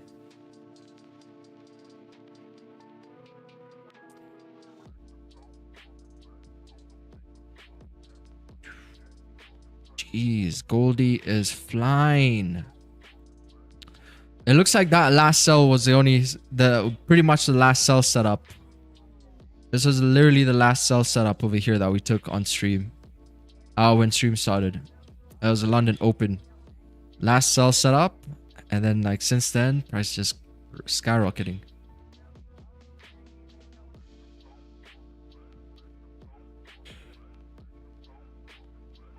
Why do you think it's directional? I've been seeing pre-London one and done. Oh, why do I think it's directional? Because you can see it. You can look at the candles. Candles don't lie. You see, it's quite pushing. If that's what you mean, like this is a short-term trend. Because we've flipped all the way from 0.50%. Now we're down to 0.25. It's pretty parabolic. Because you see, like the market's like picking a direction. It's heading upwards right now with a lot of like momentum. So you can't marry a bias too much because we've been moving down here since the Asia session. You can't also marry bias too much. You remember someone mentioned the W pattern? So you got a nice little W pattern over here. And now it's starting to flip. So we broke out of this area. So we thought like price could range in this area. But instead now you see it's even breaking out.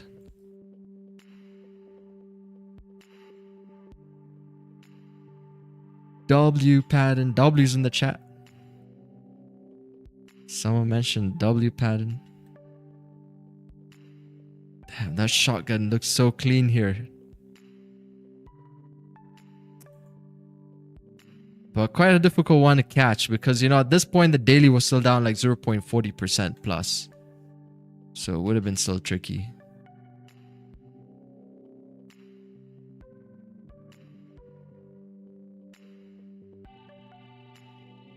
Just hit TP. Bottom of the range, 8 SMA confluence, break of the highs. Price looking to correct clean range on the left and head to the top of the range. Awesome. Let's go. Man, some people caught the W pattern here.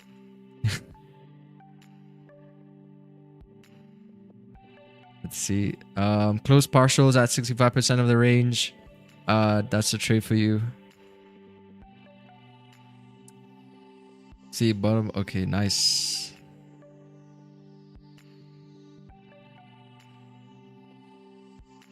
Jeez, man.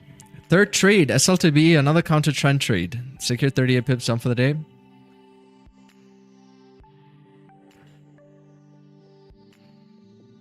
Awesome. Stop loss pretty valid as well here. You see, the thing is like people sometimes focus too much on the entry, but if you got a good stop loss, entry, it can sometimes mean it's okay. The entry is important. The entry is very important, but it can sometimes mean less because the stop loss is a region where price really should not break if it's to move upwards. It really should not break. And you got nice little Asia lows over here as confluence too. Yeah, price should not break. Because, you know, the entries is like...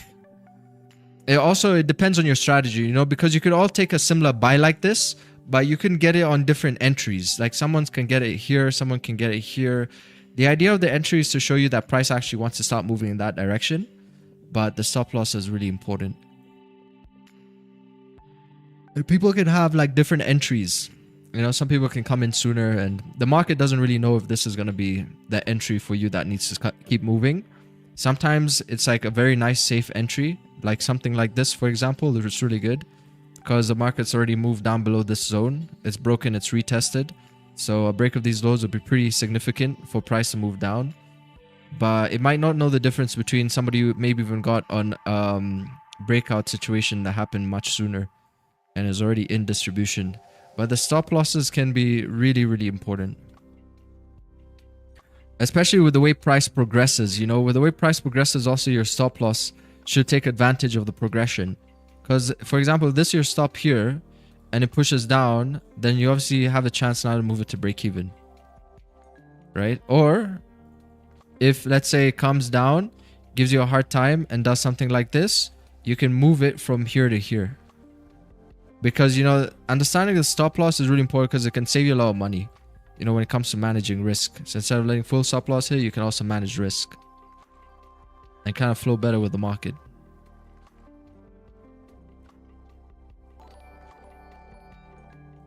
Break of previous lows, but beautiful little clean range over there.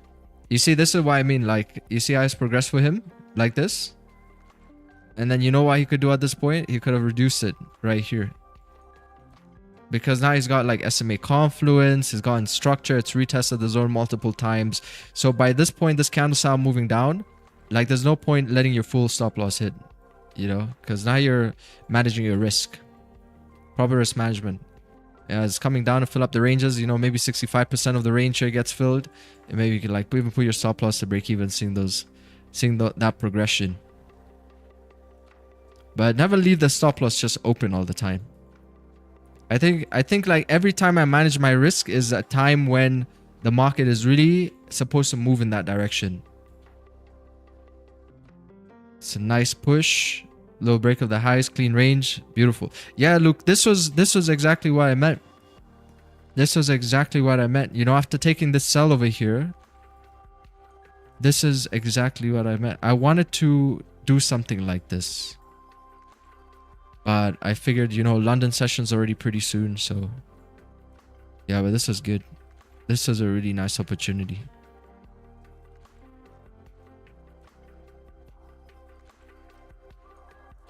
Gold long, idea of the trade was clean range on the left. Nice little correction. Beautiful. See, candlestick close above.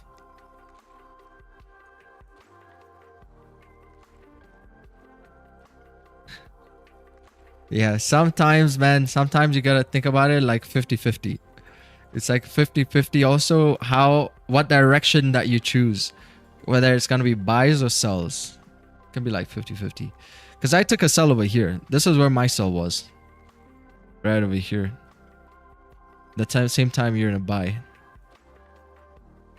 But I think what worked for you was the fact that the timing was pretty nice, because majority of the move already happened during Asia.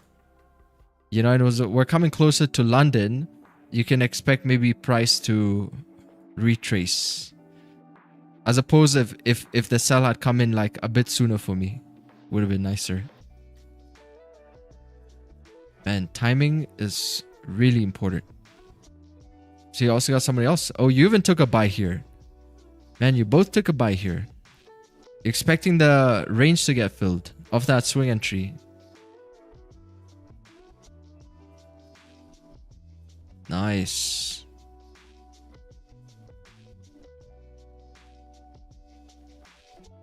As like price is coming back down here, we got like a support. No, so that's the key thing. The thing is like on the left hand side, you got all these kind of like speed bumps. Price can have reactions off of.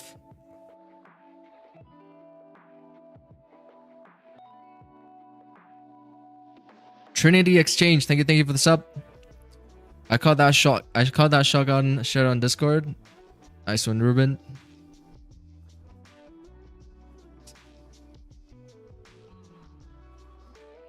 Sometimes not conditioned, even already down or up 0.40 can still reflip. Yep, 100%.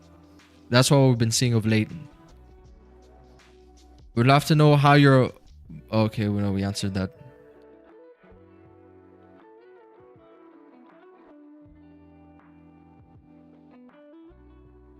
But for beginners who think 6 months is a long time, that's why they are failing and stuck. Yeah, that's true.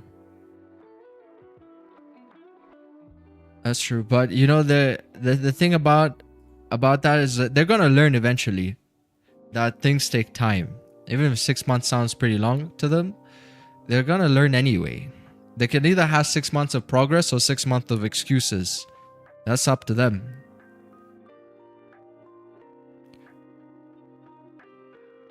It's been more than a month, but I'm still stuck in phase 1. Neither am I blowing nor am I making profits. I think that's an awesome place to be.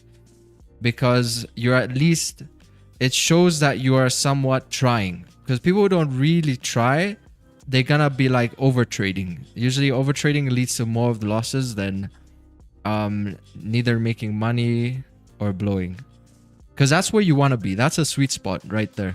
That's a silver lining. When you're still learning, you're not going to be making money, but at the same time, you're not blowing. That's the line that you want to hold and play in between.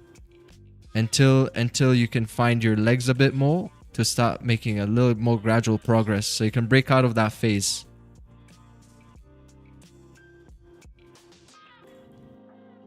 That's an awesome phase to be in. Because your initial investment into trading is, none of this is investment advice, by the way, just small disclaimer, but it's basically like a tuition just to keep you on that line long enough so you can actually learn. It's a whole skill, you know. It's not something that it's going to be overnight success. It's a whole skill. But I think people think it's overnight, but it's not real. Nothing's overnight. It happens overnight over time. So that's why I think, like, man, 6 months. In 6 months, for me personally, in 6 months was when I started finding my breakthroughs a little bit more. In 6 months of like heavy grinding every single day. It's around that 6 month time that I realized that I actually need to backtest, because majority of what I was doing was forward testing. I was forward testing like a lot of concepts, maybe really small backtests here and there, but majority of it was put to forward testing. But there was a time in that 6 months where I was sitting in my room. This was like around, I don't know, sometime in the evening or like late evening, and I was like, I had a new strategy. So every day you're kind of like adjusting your strategy on your journal, correct? So one day I was doing this and then I realized, like, damn, let me, instead of doing this again and then forward testing, let me actually backtest this time. So I did like a full-on backtesting session of what I was planning on forward testing, and I realized like I would have been wasting my time if I had actually went with that system. I would have been wasting my time. That's when I realized, like, I really need to make sure my backtesting sessions are as efficient as possible. So I started focusing more on that. Like, so I was making sure if I was trading the pre-London, which I used to trade a lot of, it had to be at that same time and trying to be as honest as possible with my results. And then when you forward test it, forward testing is always slightly a bit differently, and then you're going to really start to see more progress like that. But you got to backtest first to see, first of all, if the context, if the concepts hold some sort of weight. You know, that's the idea behind why we even do these simulations. It's to first to see if the concepts, they hold some kind of weight to some sort of like a repeatable pattern that you can emulate. You know, that's the whole idea behind this when we do the simulations. But again, you see this simulation here, the least amount of people come to the simulation. The most amount of people come to my live streams. Again, it's the same mentality that I had when I was learning to trade, because my mentality was not here where it needed to be. That's where the least amount of people are. It was where the most amount of people were. So it's just like, you gotta like see what really counts, you know? And it's usually where people are mostly neglecting that really counts. The risk management aspects of it too. Because you'll be surprised, if you start looking at your trades from a risk perspective, it will actually start giving you better ideas of reward, possible reward situation. Because that's when I realized, like, damn, you know, whenever I'm managing my risk, I could also even take advantage of the reward. And in some scenarios, I could wait for my trades to first get to a risk approach, or if I just so happen to see my trade on a risk approach, I can already take advantage of that trade because it's already playing out without me. I just need to get on, having seen that the risk has been taken off, and see how I can take advantage of maximizing my gains. That's situations people usually avoid. But you see, if like the idea is like backtest, see if the concepts hold any weight. Because you see this exactly what I'm drawing to you here. Look at this. This is on the 30-minute time frame. Same concepts we're explaining. If you look at this 30-minute candle secure, look at what it did before it moved upwards. What did it do? A small little liquidity grab down over here. Liquidity grab, close above the range, and then continue to move upwards. Correct? And that's the same thing as well that we saw happen here on gold. Same thing that we saw happen here on gold on this day. Price ranged like this. It ranged, consolidated, small little liquidity grab below the lows, close above resistance, start moving up. So you see now these are like, it's not going to be perfectly drawn all the time, but these are like these small concepts. That's your foundation of understanding. And you're going to see these things happen over and over again in different variables, different conditions. That's going to help you take advantage of those situations. See, it happens over and over again, just in different ways. That's why it's important to like keep executing. Just keep executing, and you're gonna get through the losses and the wins just naturally and organically, like this.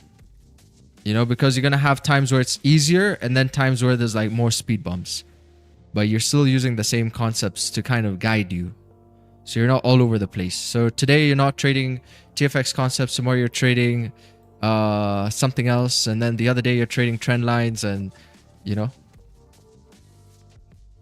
that's how you lock in. That's how you truly lock into like price flow. But you can't mix strategies. You can't always be mixing strategies. Like now you're mixing trend lines with like other things, and it's gonna become quite messy at that point. Oscar, thank you for the sub.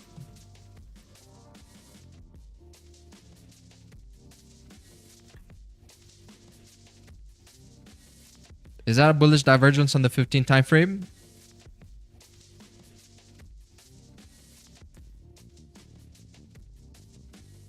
No idea. But divergence works quite nice. I have to admit, I did really enjoy using divergence when I was using it. At that time, I think I was partly learning from MambaFX. At that time, he used to teach in his child's room. This was pre Bugatti MambaFX. He used to teach in, I think, his child's room. And he used to use divergence. Pre Bugatti. It's like also Raja Banks. A lot of you guys know Raja Banks. I was still learning from that guy when he was also teaching in his child's room. That was pre Eurus Raja Banks. But you see, that journey is beautiful, man. Like these people, you see them when they're already like at the breaking point of their journey, just much like me. You know, I've only been trading for like you know, not too long. Definitely still have a lot more years to go. Let's see, at least now the risk isn't that big. My first swing crypto trade, SL moved this high. Oh, swing crypto trade and you took a sell. I think the crypto market is coming down, so probably played out for you from what I saw with the crypto market last time.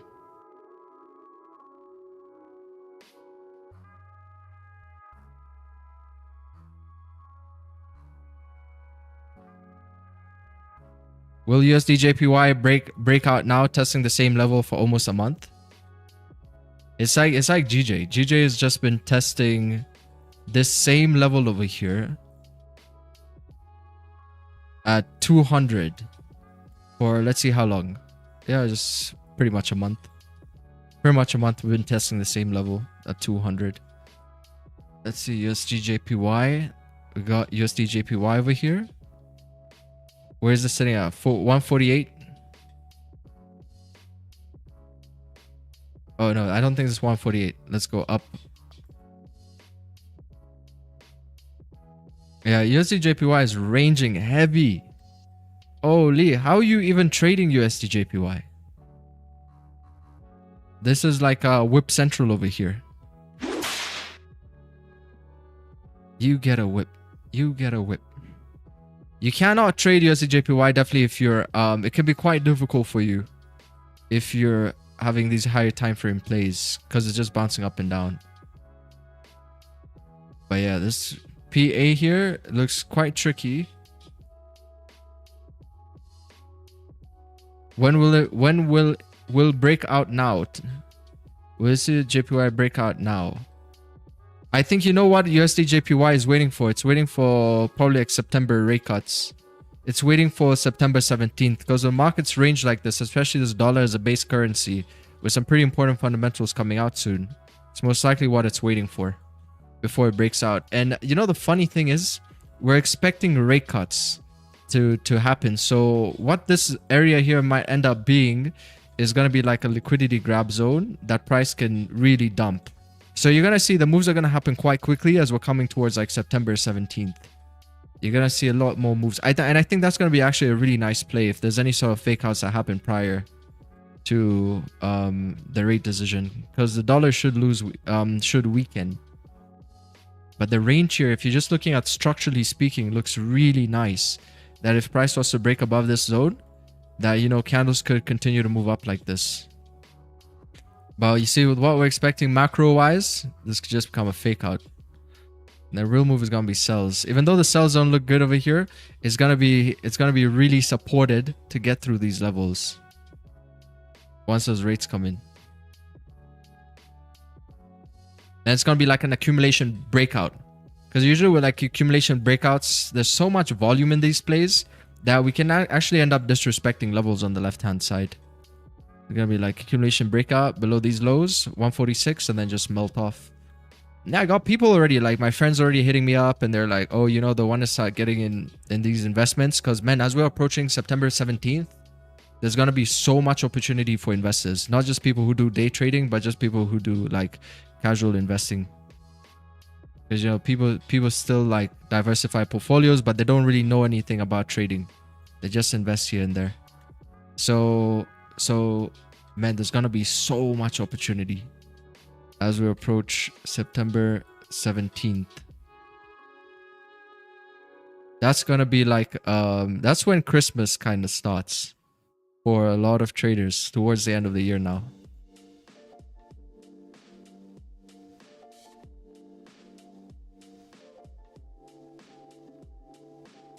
Let's see, how's Nvidia doing?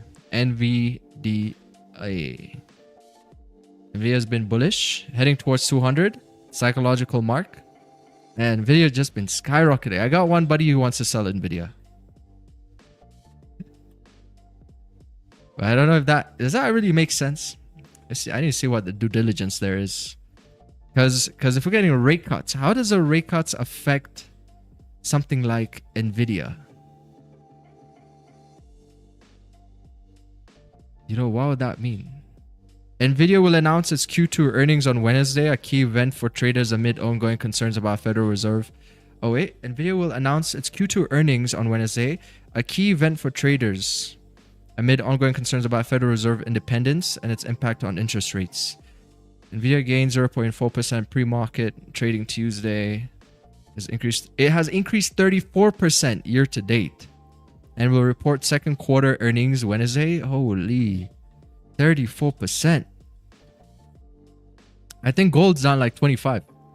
Nvidia Corp will release its earnings report expected to show the impact of AI spending surge and US-China relations on its growth. Man, yeah, you gotta really lock into these fundamentals. Miners, banks, okay, no idea. But I think Nvidia should be heading up though. I don't see this thing selling off. I think the smartest play would just be to keep going with the current trajectory here. It's going towards like 200. Fed meeting? Yeah, we got a Fed meeting. It's a bit more straightforward with other things, like the dollar index, for example. The Fed meeting should bring that down. Gold should go up. Bitcoin should, technically speaking, go up. It's a bit more straightforward with these other ones, but I'm not sure about the stock market yet. Or yeah, basic stock market, no idea. No idea. I'm assuming the stock market should go down with rate cuts. You should see some sort of retracements come in.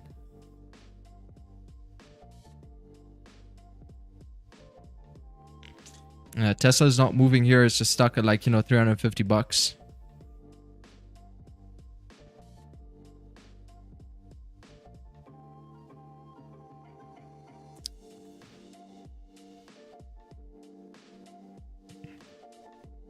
I really want Nvidia to drop.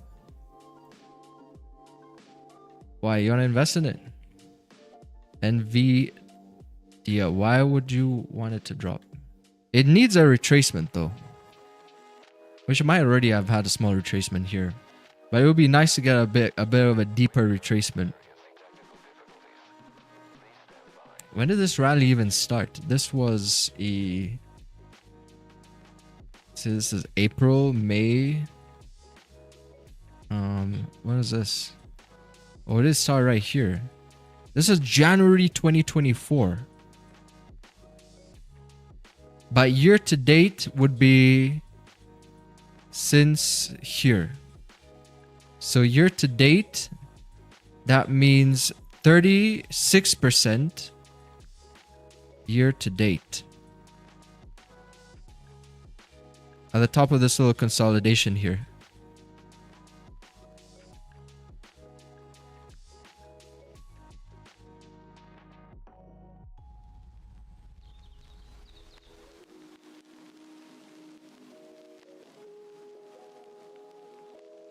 More like right now it's at 33.67. It's at 34% year to date. 34% gains. Man, now imagine the people who got in here. January 2024.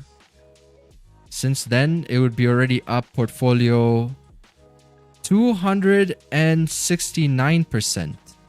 270%. If you got Nvidia in January 2024. Man, I really want to get into investing like this soon. That's like basically how much gains I've made though.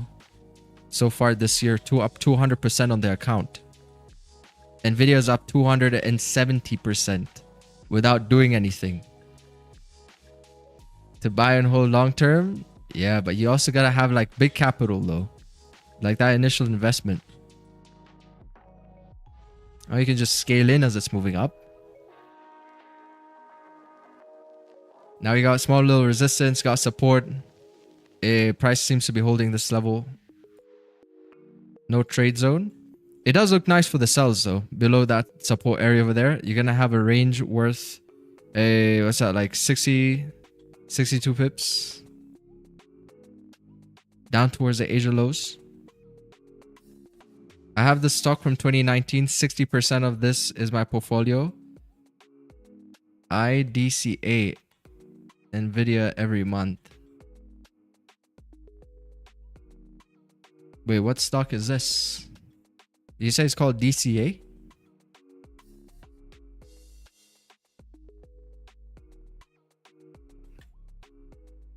Oh, you don't want Nvidia?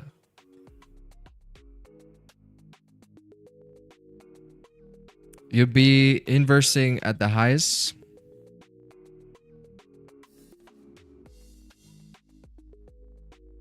No trade zone. No trade.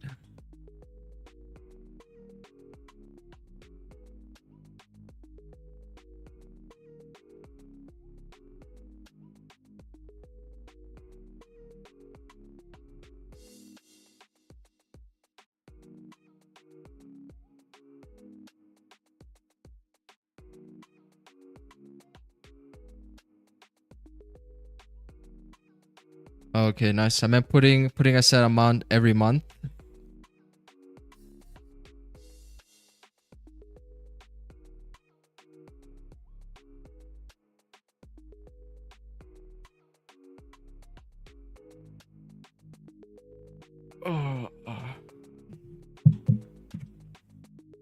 Oh, DCA, dollar cost averaging. I see, I see.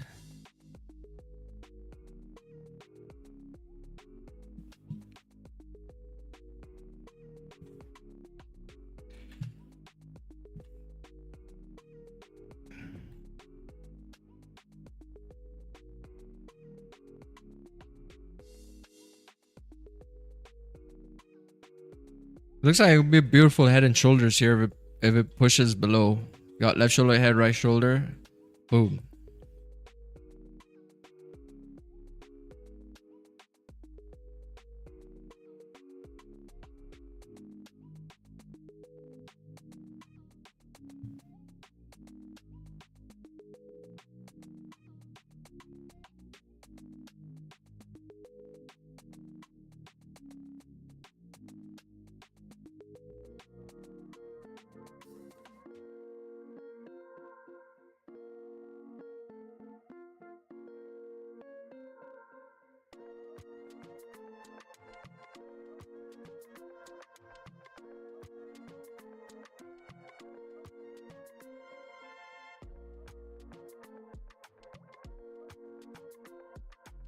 What do you do when we're all-time highs? Where do we go from there?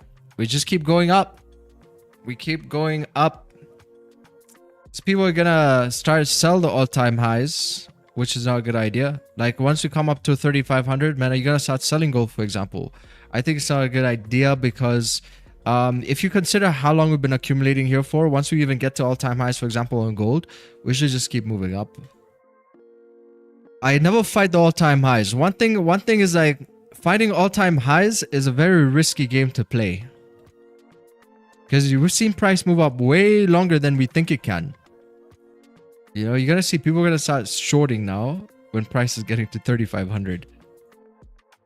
Which kind of defeats the purpose of markets, you know, because if markets are supposed to move, why would people be shorting when we're getting to all-time highs?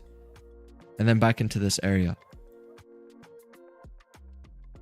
It will keep going up. And I think it's going to give so much potential because any sort of retracements that happen here at the all-time highs, what you're going to start to see is a lot of this bullish exuberance on the intraday come in. So like any sort of retracements you're going to start seeing all-time highs, man, the moment you start getting those buy confirmations, you're going to start to see a lot of exuberance start to come in. And we experienced a bit of it already since Friday when Powell spoke, but it was not giving that kick. There was a bit of that in there, but it was just not giving that kick because the markets consolidate quite a lot here. But you could definitely feel like with the buy positions that you're feeling a lot more like confident in a sense with them. But they were not as follow-through-y as we would like them to be. This was Powell speaking here on Friday. And then yeah, you could sense it in a sense. It's hard to explain. You can sense it with the positions. But we're not getting the full kicks yet. As you can see, the market is still slightly a bit hesitant here, especially now as we've come to the top of the range though on the daily. Now with the daily resistance. What is that drawing tool? Yeah, I think there's a huge difference. You know, like when you take trades, you're taking the same trade, but the way the trade plays out, there's like a difference to how, like for example, right? Today we had so much bearish momentum. You can see how these sells, why I felt so confident in these sells. Like literally executed this 3 minutes into stream, is because you can somehow like feel the momentum of the way you see when candlesticks close, you can't really tell too much, but the way they behave like prior to getting entries can actually give you like a slight little extra information to how the setup is going to be coming in to play out. You know, you can't see it like this. That's why you just backtesting sometimes is a bit different from forward testing. You can't see it like this. But man, a sell like this, I just knew this had to be like a good trade, you know, just the way we're even approaching those levels to break.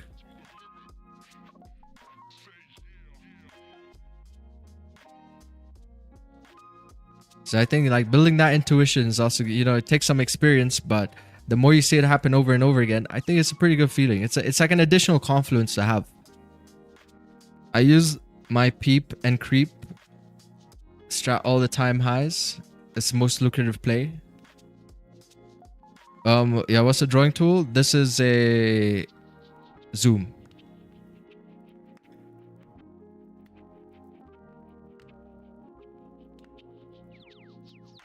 Why is it a no trade zone? Because it's sideways. Yeah, exactly. It's because it's sideways here. You got support, you got resistance. It's like a 40 pip range. So just moving sideways. Hey, thank you for the likes, guys. Appreciate it. I see we got the 100, 130 here.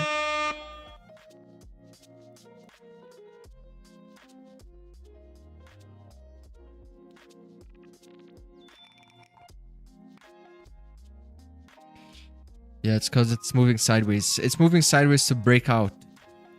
It's gathering up more orders before it has its next distributions.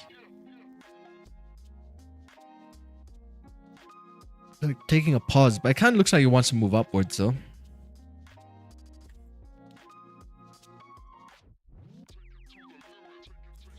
So a similar thing like what happened here. It's accumulating orders so it can have its next move. Then I had like a small little nice little push. See, that's a small little push. Distribution. Small little push here. Tiny accumulation. Small little push here. This was also somewhat of accumulation. And you got another small one here. Waiting for the breakout. So these are like the different stages of market. So I think it pays to actually know what stage you're in. If you're in this stage, that means you're most likely going to catch the beginning of the moves.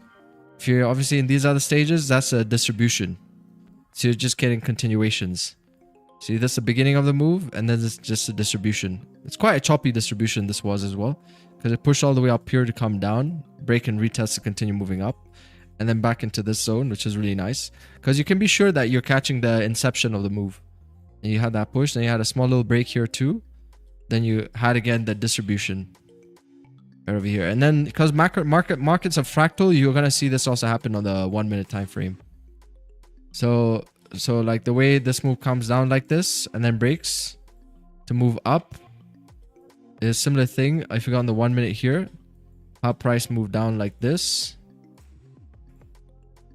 then to break to move upwards. That's, I think, where most people, they're gonna find difficulty when it comes to higher to lower time frame analysis, is that is not getting analysis paralysis. But if you just keep it as simple as that and line up with your confirmations, then I think, you know, it can give you a pretty good edge. Instead of like holding just onto one bias all the time. Like if you're considering all of this and at the same time you're trying to trade something like all the way over here, and then you're considering way too much that's already happened in the past, that's what creates the analysis paralysis.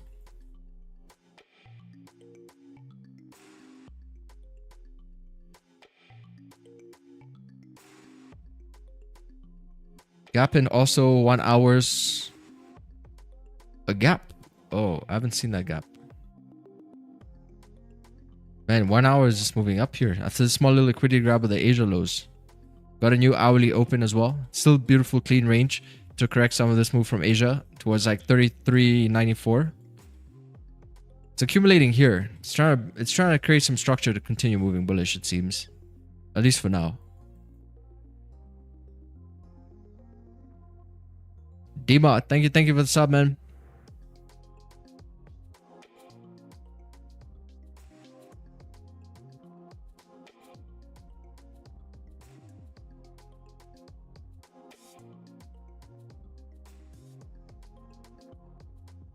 September.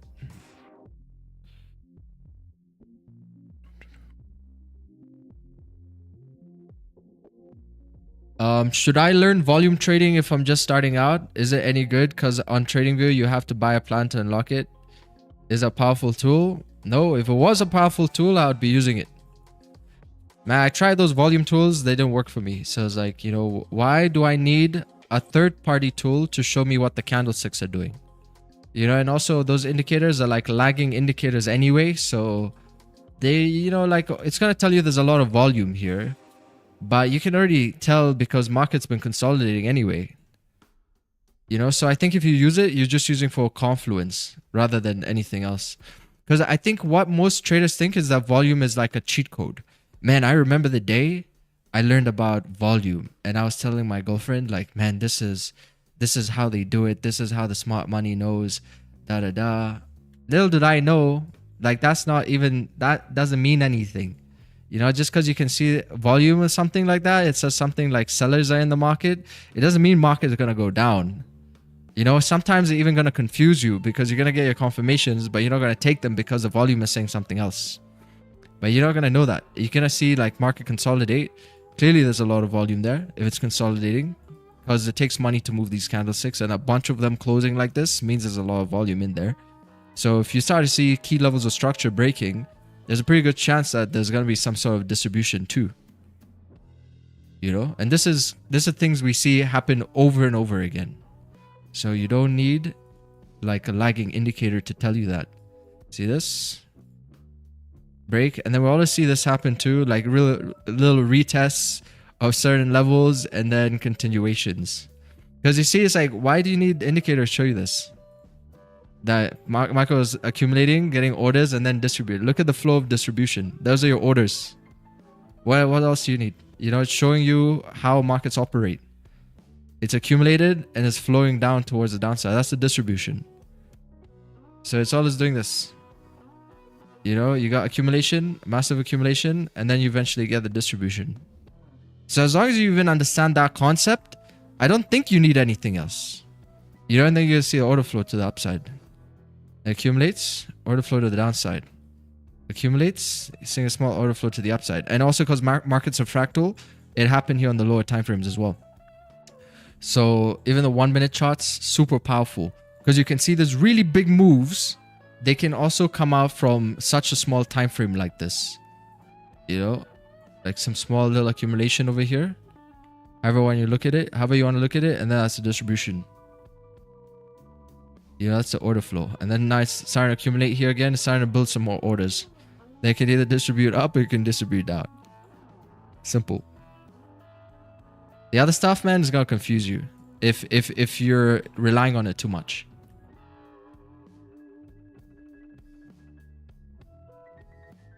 But it does make you look professional.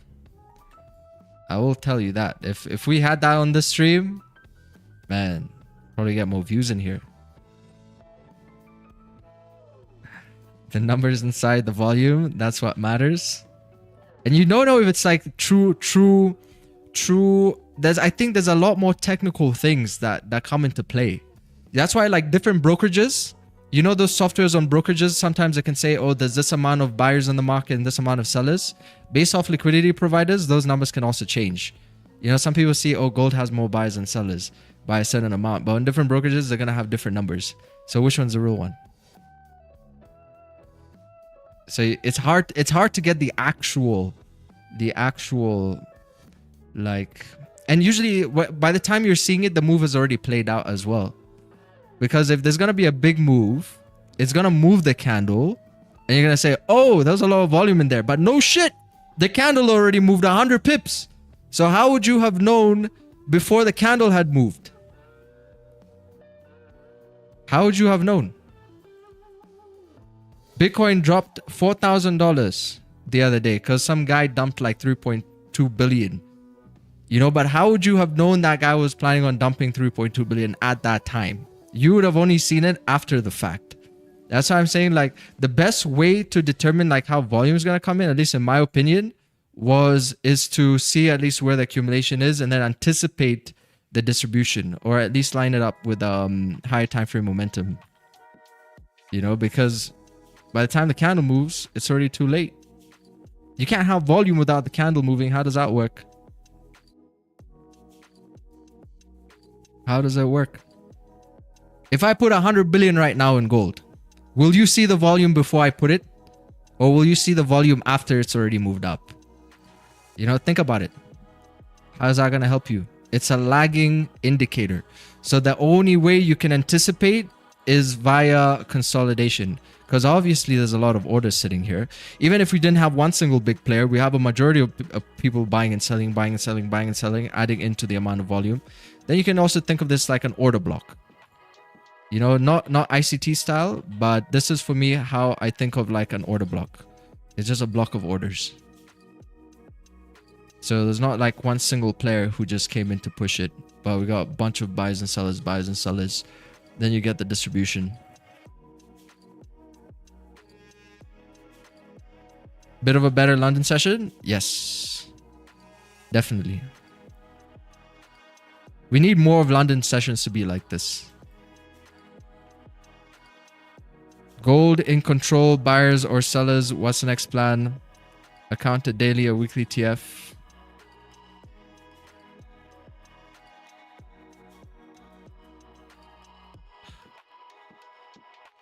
My next plan is to sit on my hands.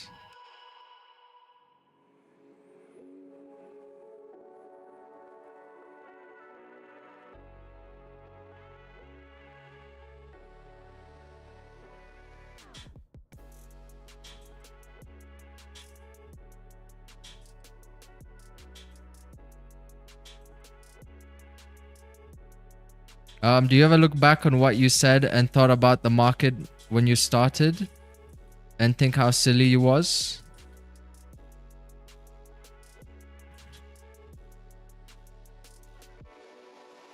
Oh, no, I think it's okay to look back at your previous ways of looking at markets, because that's like the journey, right? You have to go through it.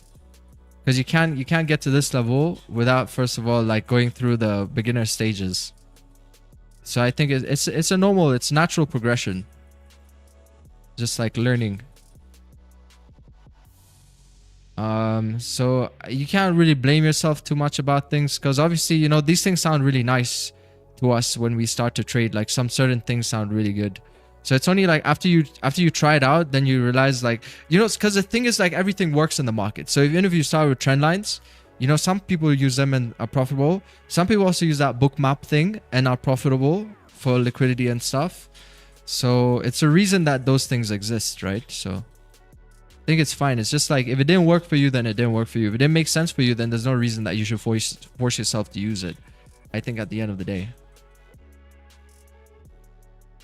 So just learning.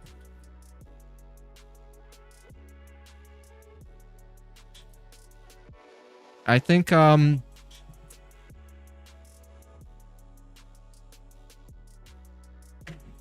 if I believed that ICT was the guy who created the algorithm, for example, then I would be a little bit looking back at myself and thinking how silly I was.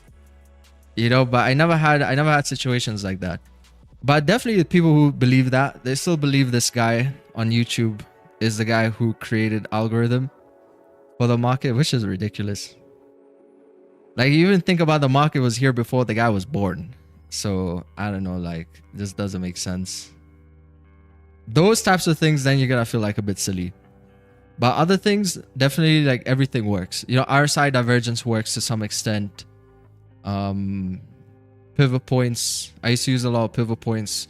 They kind of work, but they're not necessary. They create a lot of analysis paralysis as well.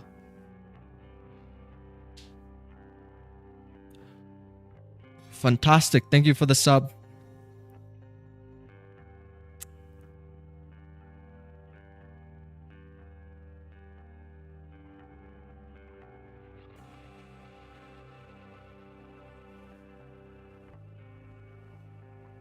Just remember Lado on Forex Factory. Oh yeah, asking where TP is.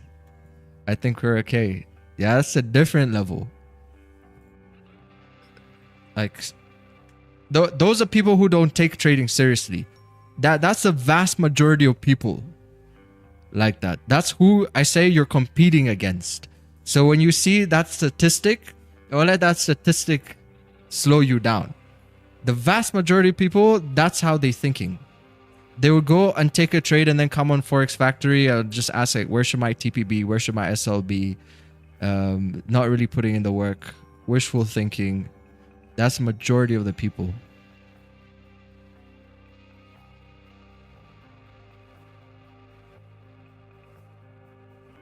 Let's see if we have anything. No, do we have any forums currently going on here? Maybe somebody else is wondering what gold should be doing now. And it's such a slow way of learning, because imagine coming onto Forex Factory to get advice about a trade that you're already in. That's like sending someone an email that you really need a response soon, and then you're just gonna wait. Or you're gonna ask a dumb shit question that you can literally Google and get the answer like very fast, but you're gonna come and go on a Reddit forum, or you're gonna come on here and then you're gonna ask a question to an answer you can immediately get. You know, like,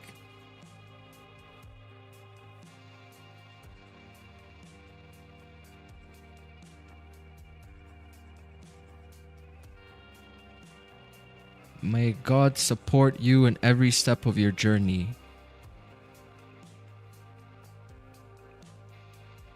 That's a nice thread. It's a pretty positive thread here. But yeah, man, crazy. Forex Factory. Someone said we need a dating website for traders.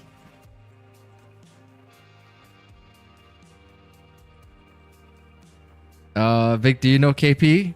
No. I don't know KP.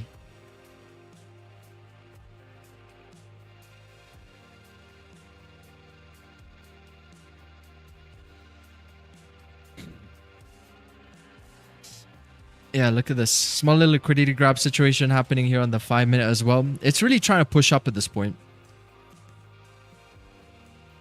Oh, you took a buy here already. Expecting price to move up. Okay.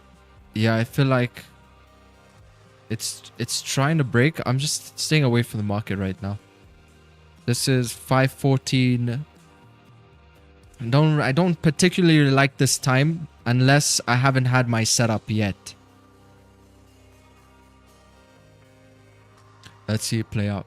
Got daily is still down 0.25%. Still accumulating over here. So it's a pretty nice little small accumulation that's doing.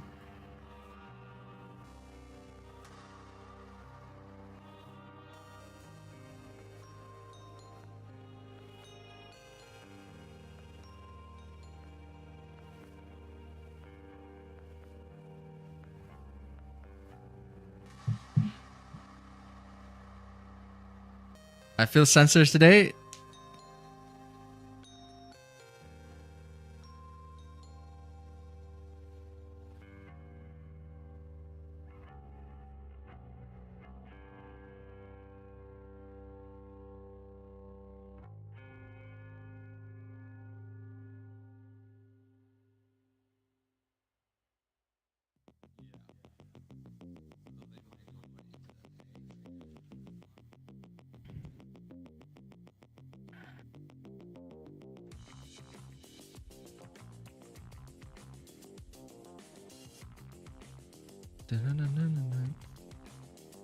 Yeah, why are you feeling censored?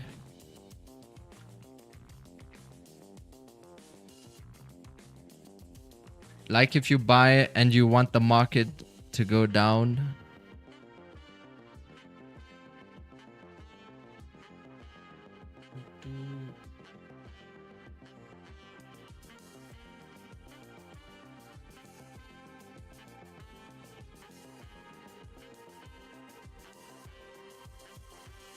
Goldie's definitely taking a small little pause here.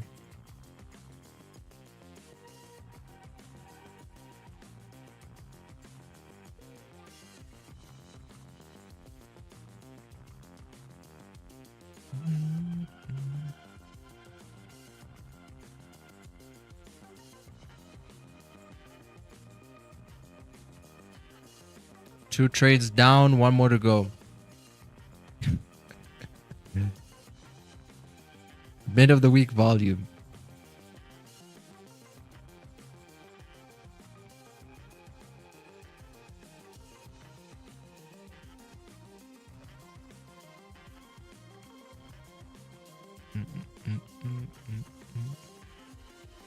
One more trade, one more trade. I think it's most likely gonna be a sell though.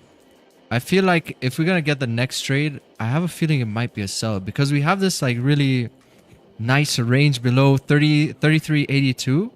I just don't know about the buys because the buys still need to get through these levels. I'll need to first see price ideally push. It would be nice to see it ideally first push up above the zone and then continue to move up. But the sells look so straightforward. And also would still be in line with the daily candle that can keep pushing down.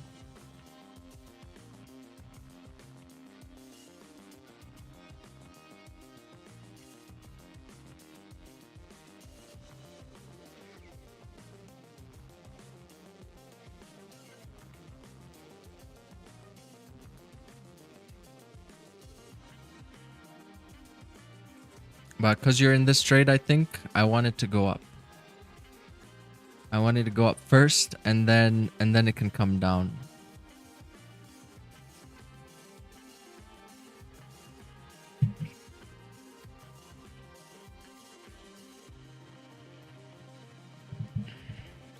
Let's see. Kill zones.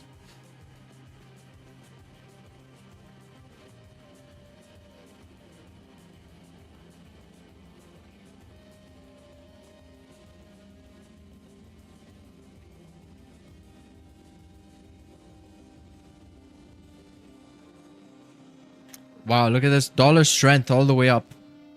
So DXY should be super bullish. Yen is doing pretty poorly. Got a lot of dollar strength over there. Would already be a nice retracement upwards for gold to continue dropping as well. But I do imagine this is where majority of the confirmations are going to be coming in by 33.81 for those sells. Any other sells happening here, these are going to be like early sells, and it's going to be within the range. This small, tiny little this area over here. It's like a 40 pip range.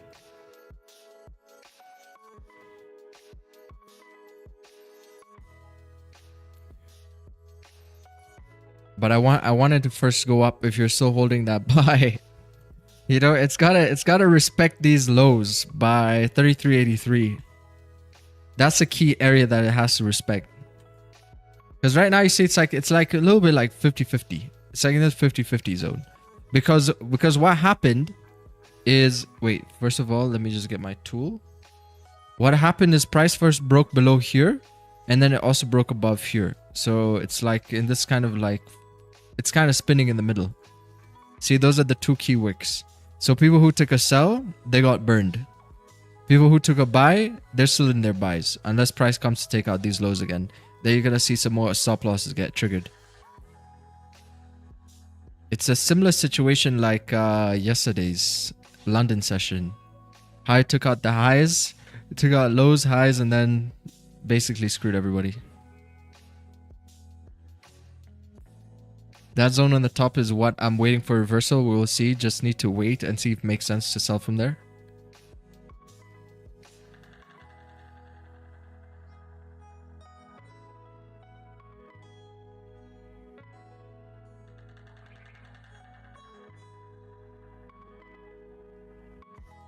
Looks like that bull's gonna fail to get up.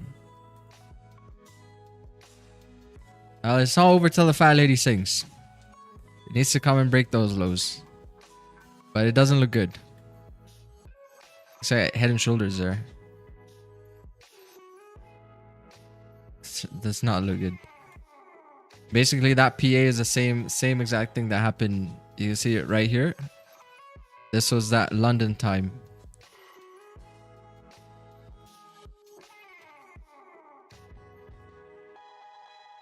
Wait, where is it?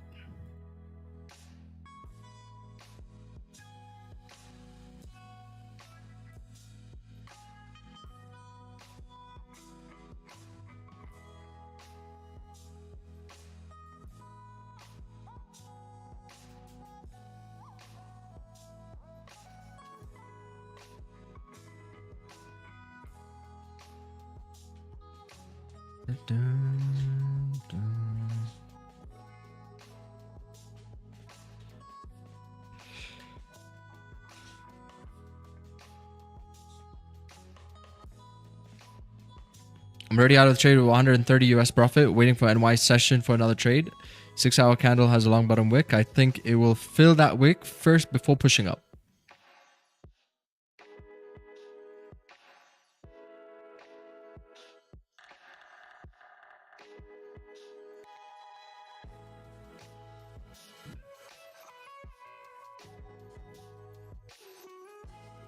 That's breaking the lows. I still definitely I still would anticipate some nice sells today, because I don't know about that daily flipping though. What do you think about the daily flip? Because if that candle pushes up, that's about 93 pips. Where would it be flipping to? We're right at resistance.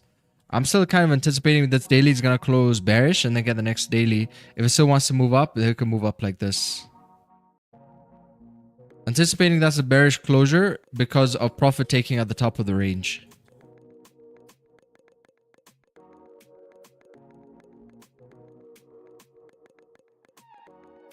That's why that retracement for me looks quite juicy. There's something I'm going to be really looking at here.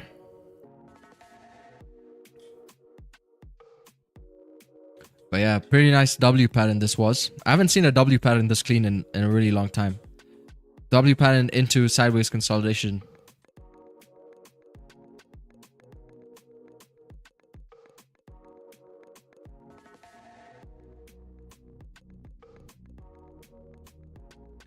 Just small profits. No need to be humble, my friend. There's a very nice profits over here. Got like 2,000 bucks. 2,200 bucks. SL was initially here, then moved it to the previous high.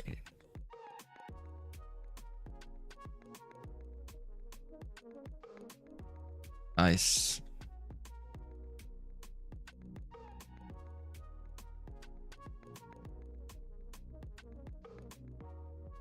Almar from UK, trader and massive Man United fan, here to enjoy the community. Welcome, welcome. Man United was my first ever team that I supported.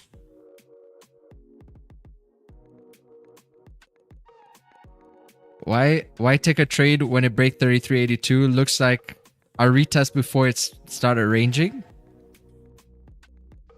Because just mainly due to this correction over here. See, our price moved up, so it'll be like more of like a correction. Anticipating correction with the daily still bearish too. So I'm still keeping an eye out for these sellers. You see, like these sellers, they're not gone anywhere. We've just seen a small little retracement from the buyers, but I really do believe the sellers could be coming in at any time. And sells are beautiful because sells just completely melt. You know, if you catch a sell trade, I think it could be a very nice sell trade.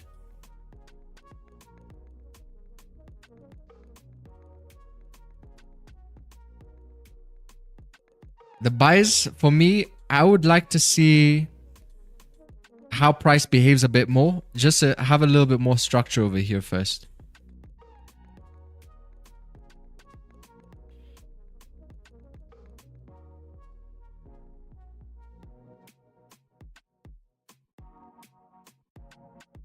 Hey, what's up, Mr. Rashid? I'm on holiday, but still want to watch the charts, but not trading. Can I focus on the beach? Well, you're not missing too much. Daily is at a... Give you a small update here. Daily is just, you know, daily, we're at a daily resistance on gold. You're not missing too much. You're not missing too much. Maybe if we break above 3,400, then we're going to see price really start to move. Above 3,400, and then we're going to start filling up this range. Here towards like, you know, 3,430. Then we get a range here. This range is like 240 pips. How much should I say? 250 pips. 250 pips. Yeah, you did miss nothing. In the grand scheme of things, you did not miss anything. You know, sure, we had some nice moves here and there. Like some nice sell-offs during Asia session. Maybe some nice pullbacks here during the London.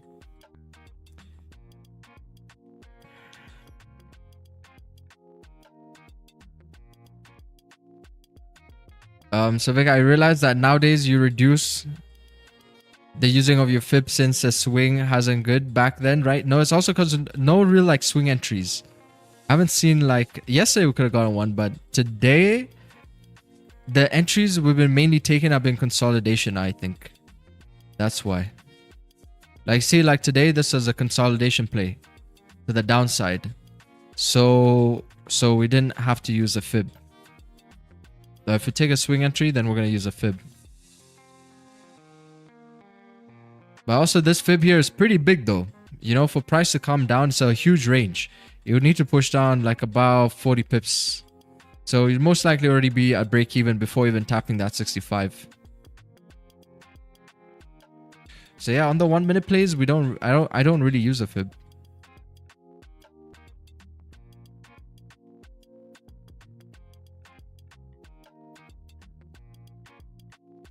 I don't use the fib.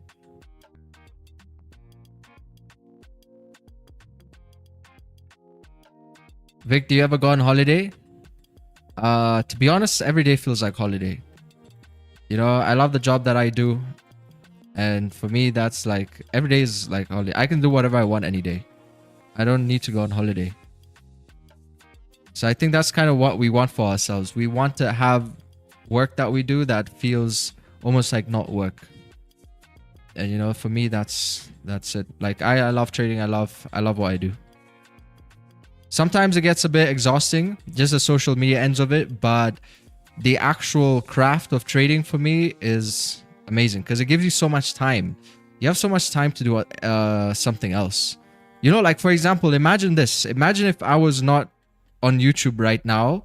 I literally already had my trade in the first 3 minutes of when I was supposed to take my position. Then it's like, you know, what do you do for the rest of the day? There's nothing. You know, there's nothing you're going to do. There's nothing you're going to do. You're going to take that trade and then you're going to wait till maybe the next session So if it's like London, now we gotta wait till like pre-NY, which is a few hours in between.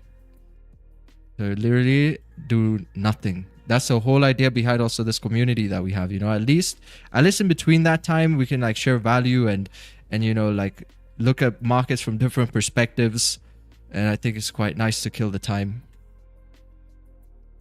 But I will go on a break maybe sometime in November. But even during that break, I still want to create some kind of a live stream or something, you know. I just want to make money. Because at some point it's like you only get satisfaction really from getting work done. When you go to sleep and you actually put in so much work in that day, that's so nice. I'm quite young, as I said. I've only been trading for like four and a half plus years profitable, and there's a lot more work to be done. You know, the job is not finished. So that's me. That's my mentality. I'm just like that as a person. I focus more on things that make me money. The holiday stuff is gonna come later. You know, the thing is, I can't relax on vacation. It's hard for me to relax on vacation because I'm always thinking about like something else that I could be doing.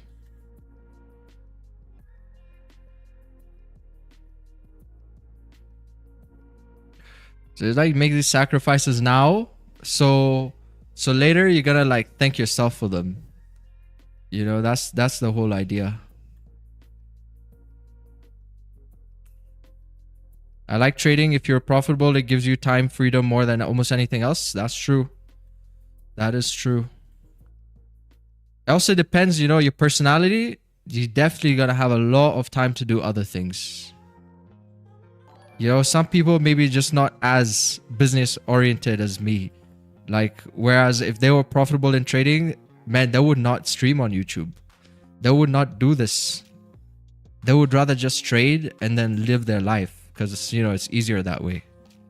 But I think in life, man, life is always a game of elevation. You know, you have to, if you want to go far, you got to go with people. If you want to go fast, you got to go alone. So there's also a cap to what you can do with trading. You know, because like think about it, like some brokers are not going to give you like 500K worth of payouts, like $1 million worth of payouts. There's a cap to it. As soon as you start making a lot of money, it's going to get more difficult for you to make those withdrawals. So you got to find other avenues to diversify your portfolio. It's the same thing in life. You know, everything, like when you get a successful business, you have to find ways to move money around. You know, there's always some kind of caps to things, to businesses. Gotta find ways to move things around. So trading is definitely not the end all and be all.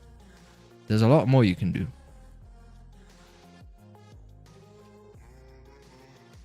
You're doing a great job. Keep it up. Thank you, Luke. Appreciate it. And kudos to everybody showing up as well, even on vacation, showing up to the streams. You know, that still says a lot about your character as well. It means you are putting in the work. At least you're still in the environment and subconsciously gaining that knowledge, and just being there is also enough sometimes. Like, you know, 90% of it is also just showing up. You don't always have to be going crazy. You know, just show up at least, just do what you can do and try to get a little bit better each day. Are you a father? No, sir. I'm a single Pringle. High value male. At this point in my life, I gotta focus on the craft. For me, it's the same. Changed a lot after I decided to work for myself. I was not like that when I worked for other people. So I need to give 100%. I can say that in 6 years after I left working for other, my net worth went like 500%. Nice. Yeah, because you really gotta push yourself. When you are working for yourself, you're gonna work way more hours as well. When you're generally working for yourself.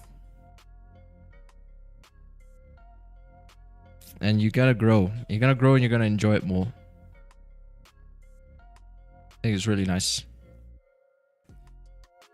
Did you just said if you make more money and you can't withdraw because you trade with unregulated broker, trade with futures, it's safer than CFD? Well, if you're talking about millions and like a lot of money, even making 500K a month, you know, it still adds up a lot. You can run into some problems. Because, yeah, you would want to have a regulated broker. I've never experienced with like the broker I'm on. It's quite regulated. It's well known. Maybe they do those payouts, but for most brokerages, they could struggle to do those payouts. Because I would say on average, most brokerages maybe have like, 5 million, 10 million, somewhere around their starting capital to open up a brokerage. Minimum, you'd need around maybe like 5 million, 3 million to start off. That's how much you need. Because you need to prove that you can pay people out.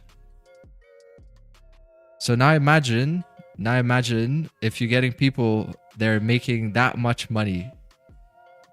It's a conflict of interest. So you gotta be very careful. Did anyone tell you look like Logic the rapper? Oh, no, I haven't got that. Yeah, but I like Logic, Young Sinatra. Hasn't released music in ages though, I think. I'm like Logic. I don't fuck with nobody. That's what Logic says too. I don't fuck with nobody. I just stay at home, make money. Stay at home, make music. In his case. That's all you know at some point. I think when you get really good at a craft, that's all you know. And it becomes harder to do other things because you're so in this thing that you're doing, that you're getting so good at, that your life just revolves around that. And even with all the luxuries and everything that you could be theoretically doing, it's like all you know. All you know is like what you do. And I think that's a pretty amazing place to be in, because those are the true people who really excel in what they do.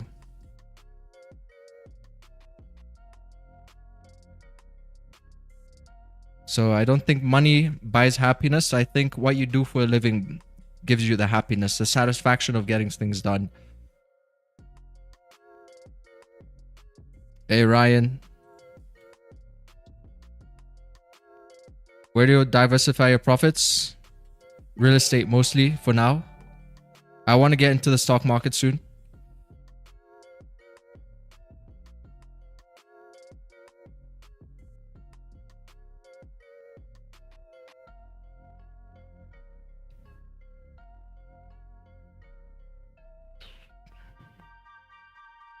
I like your trading. If you're profitable, it gives you... Yeah, exactly. It gives you freedom. Hey, bro. Thoughts on GJ buys? Man, look at Goldie sells, though. Goldie's about to set up something so beautiful right now. But let's see. GJ is chopping. It's chopping. You're looking at GJ buys. I think if you're looking at GJ buys, you got a lot of resistance over here. You got to consider this resistance. It's definitely a harder time for GJ to move up than it is for it to move down, because it's got to get through the resistance first.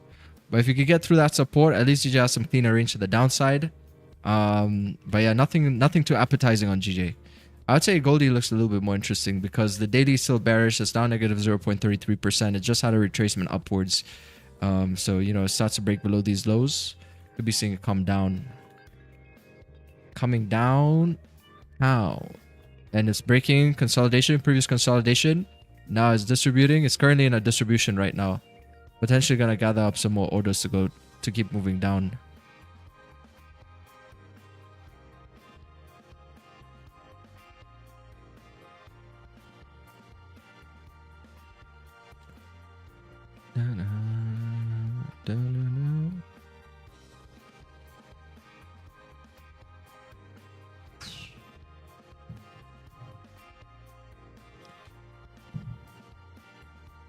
Got 1 minute, 16 seconds. Candle's about to close. Looks like it might close at support. Get like a little shotgun play.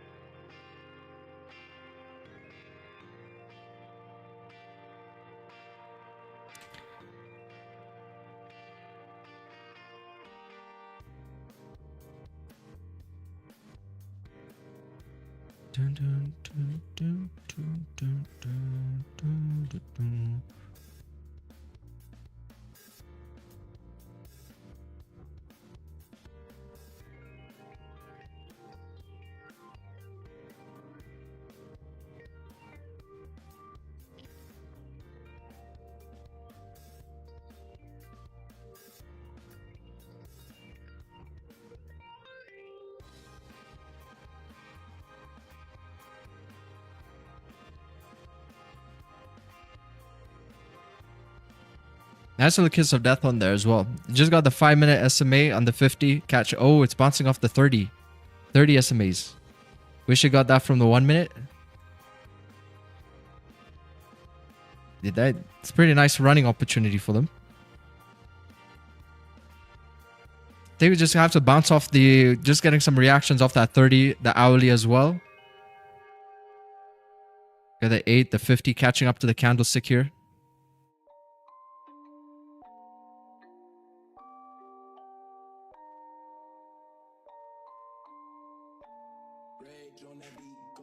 Crazy.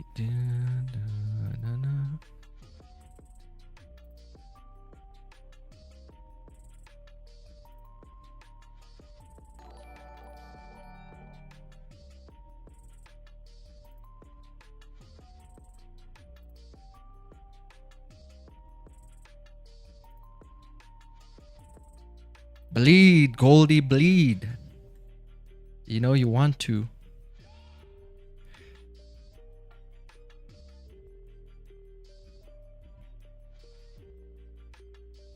It's flirting with the idea. It's about like 20 minutes to the new hourly open. That's going to be the pre-New York pre-NY session. 4-hour closing coming. You got 18 minutes, 4-hour close too. Yeah, it could be waiting. It could be actually waiting for that 4-hour close. So the next 4-hour candle can open. Then we create 4-hour highs or hourly highs before it starts creating hourly lows. It's true, man. Like sometimes it could be waiting for higher time frames.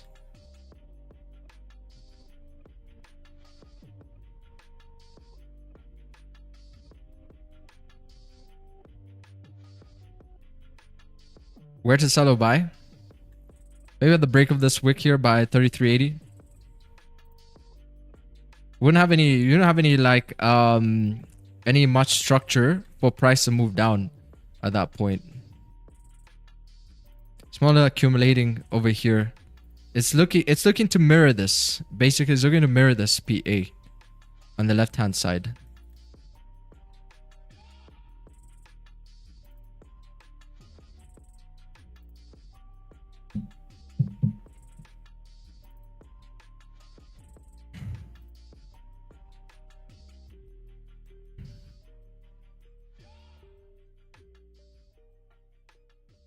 Kind of like what gold GJ is trying to do here. See how it's like breaking below here?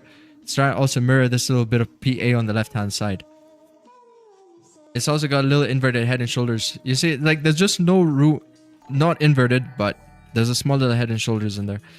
But you see, there's just no room for price to move up here. So it's like looking left and thinking maybe, you know, maybe we can move down. We can move down to correct that range. So a similar situation like on gold. If you look at gold on the left hand side, there's not a lot of room for it to move up. Okay, you got a lot of structure here on the left hand side. So it's looking at the second option, which is to move down. Lusky, thank you for the sub. Looks like the move down is happening, I think. There's a big dynamic support there in this zone. 200 EMA 5 minute. It's just bouncing from there. Yeah, it's not EMA. I think it's like 30 minute, but maybe I'm just kind of monitoring price a little bit more. Because I know that 4 hours is about to close, we're about to get new hourly open. That's usually the pre-NY time.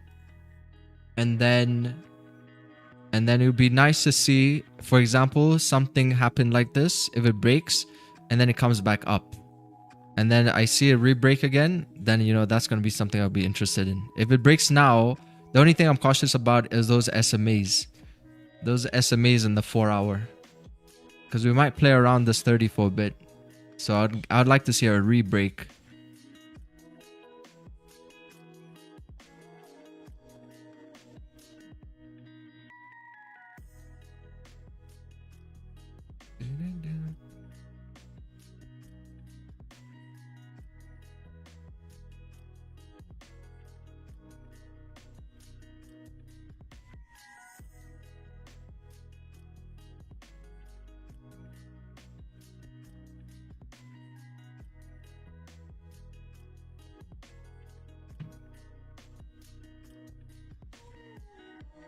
What are your expectations for Nvidia report effects on the market, and will you trade it or avoid it?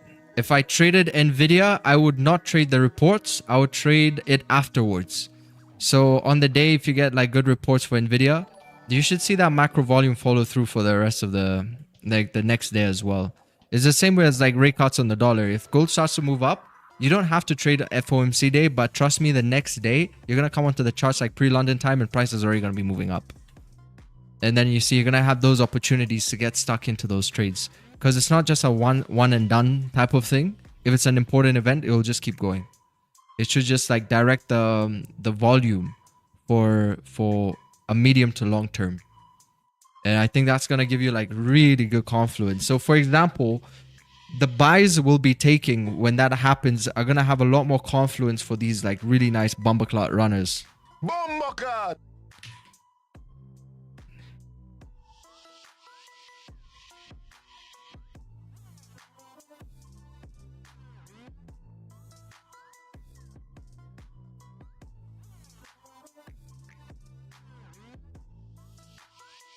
Hey, Omar, thank you for the sub.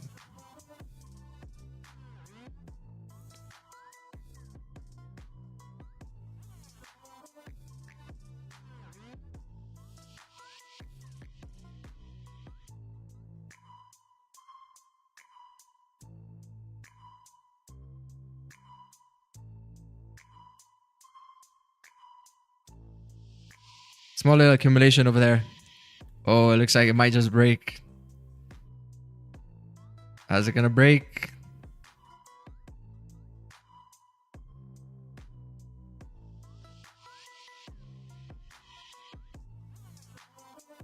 Damn, Goldie's itching to come down.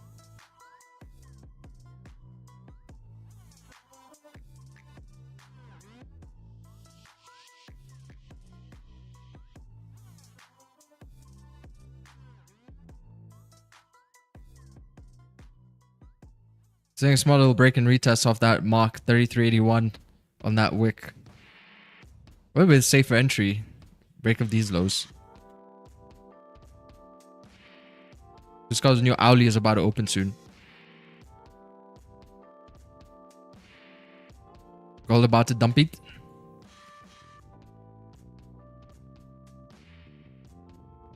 I see that 1 minute, 5 minute, 200 EMA. Normally see this EMAs like above, buy, below, sell.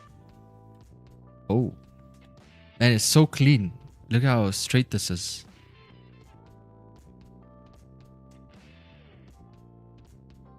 It's like having a small difficulty over there.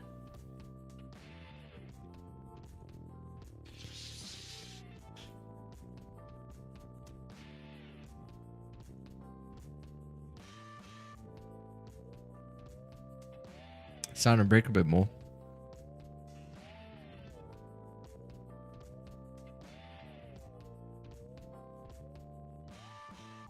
There's a distribution now. It's starting. It is starting. It's a small little area is retesting. So it's definitely at a point A, but now it's trying to distribute. It's trying to distribute, but it's definitely at a point A right now. There has not been any sort of setups that have happened yet. It's not yet. I mean, no distributions have happened yet. It's definitely a distribution point right now. Just kind of watching it a bit. Honestly, if it gives me like a super easy trade, because otherwise I still need to wait. As per my rules, I still need to wait. I still need to wait for this next hourly candlestick to open up, because I've already had one position.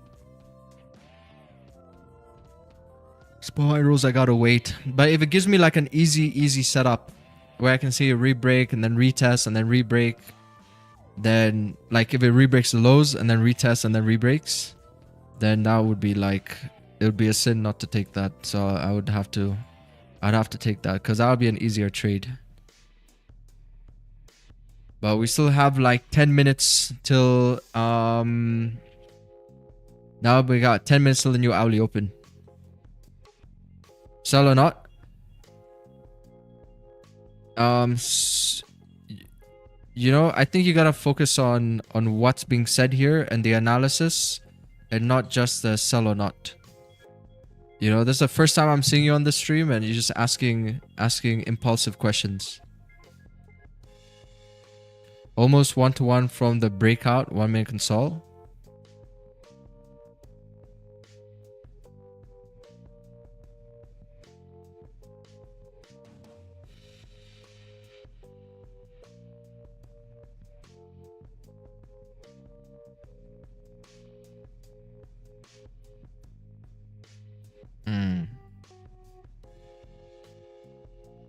Yeah, it looks so juicy, but damn, you gotta sometimes just follow your rules.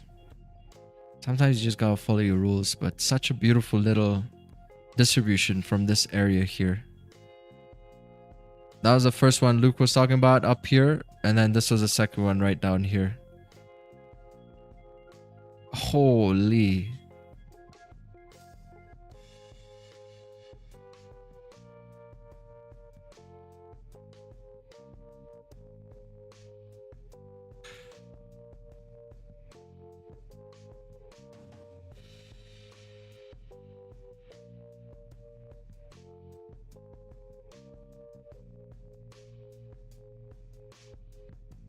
New hourly opening in like 9 minutes.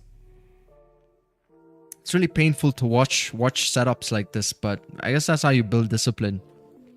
You know, being okay with like missing potential moves. Gotta stick to my routine. So what I'm gonna do right now, guys, I am going to go and do something else for a bit, and then I'll come back onto the charts and we'll see what market is doing. But yeah, pretty nice idea here for sells. Let that continue following through. Whatever, we're gonna get the next trade. But yeah, for now, I gotta get off the charts. Because the longer I'm sitting here and I see this, I'm gonna wanna take an impulse sell outside of my rules. Damn, holy Goldie. Jeez. Why are you running? Why are you running? Yeah, I'm just trying to look away right now.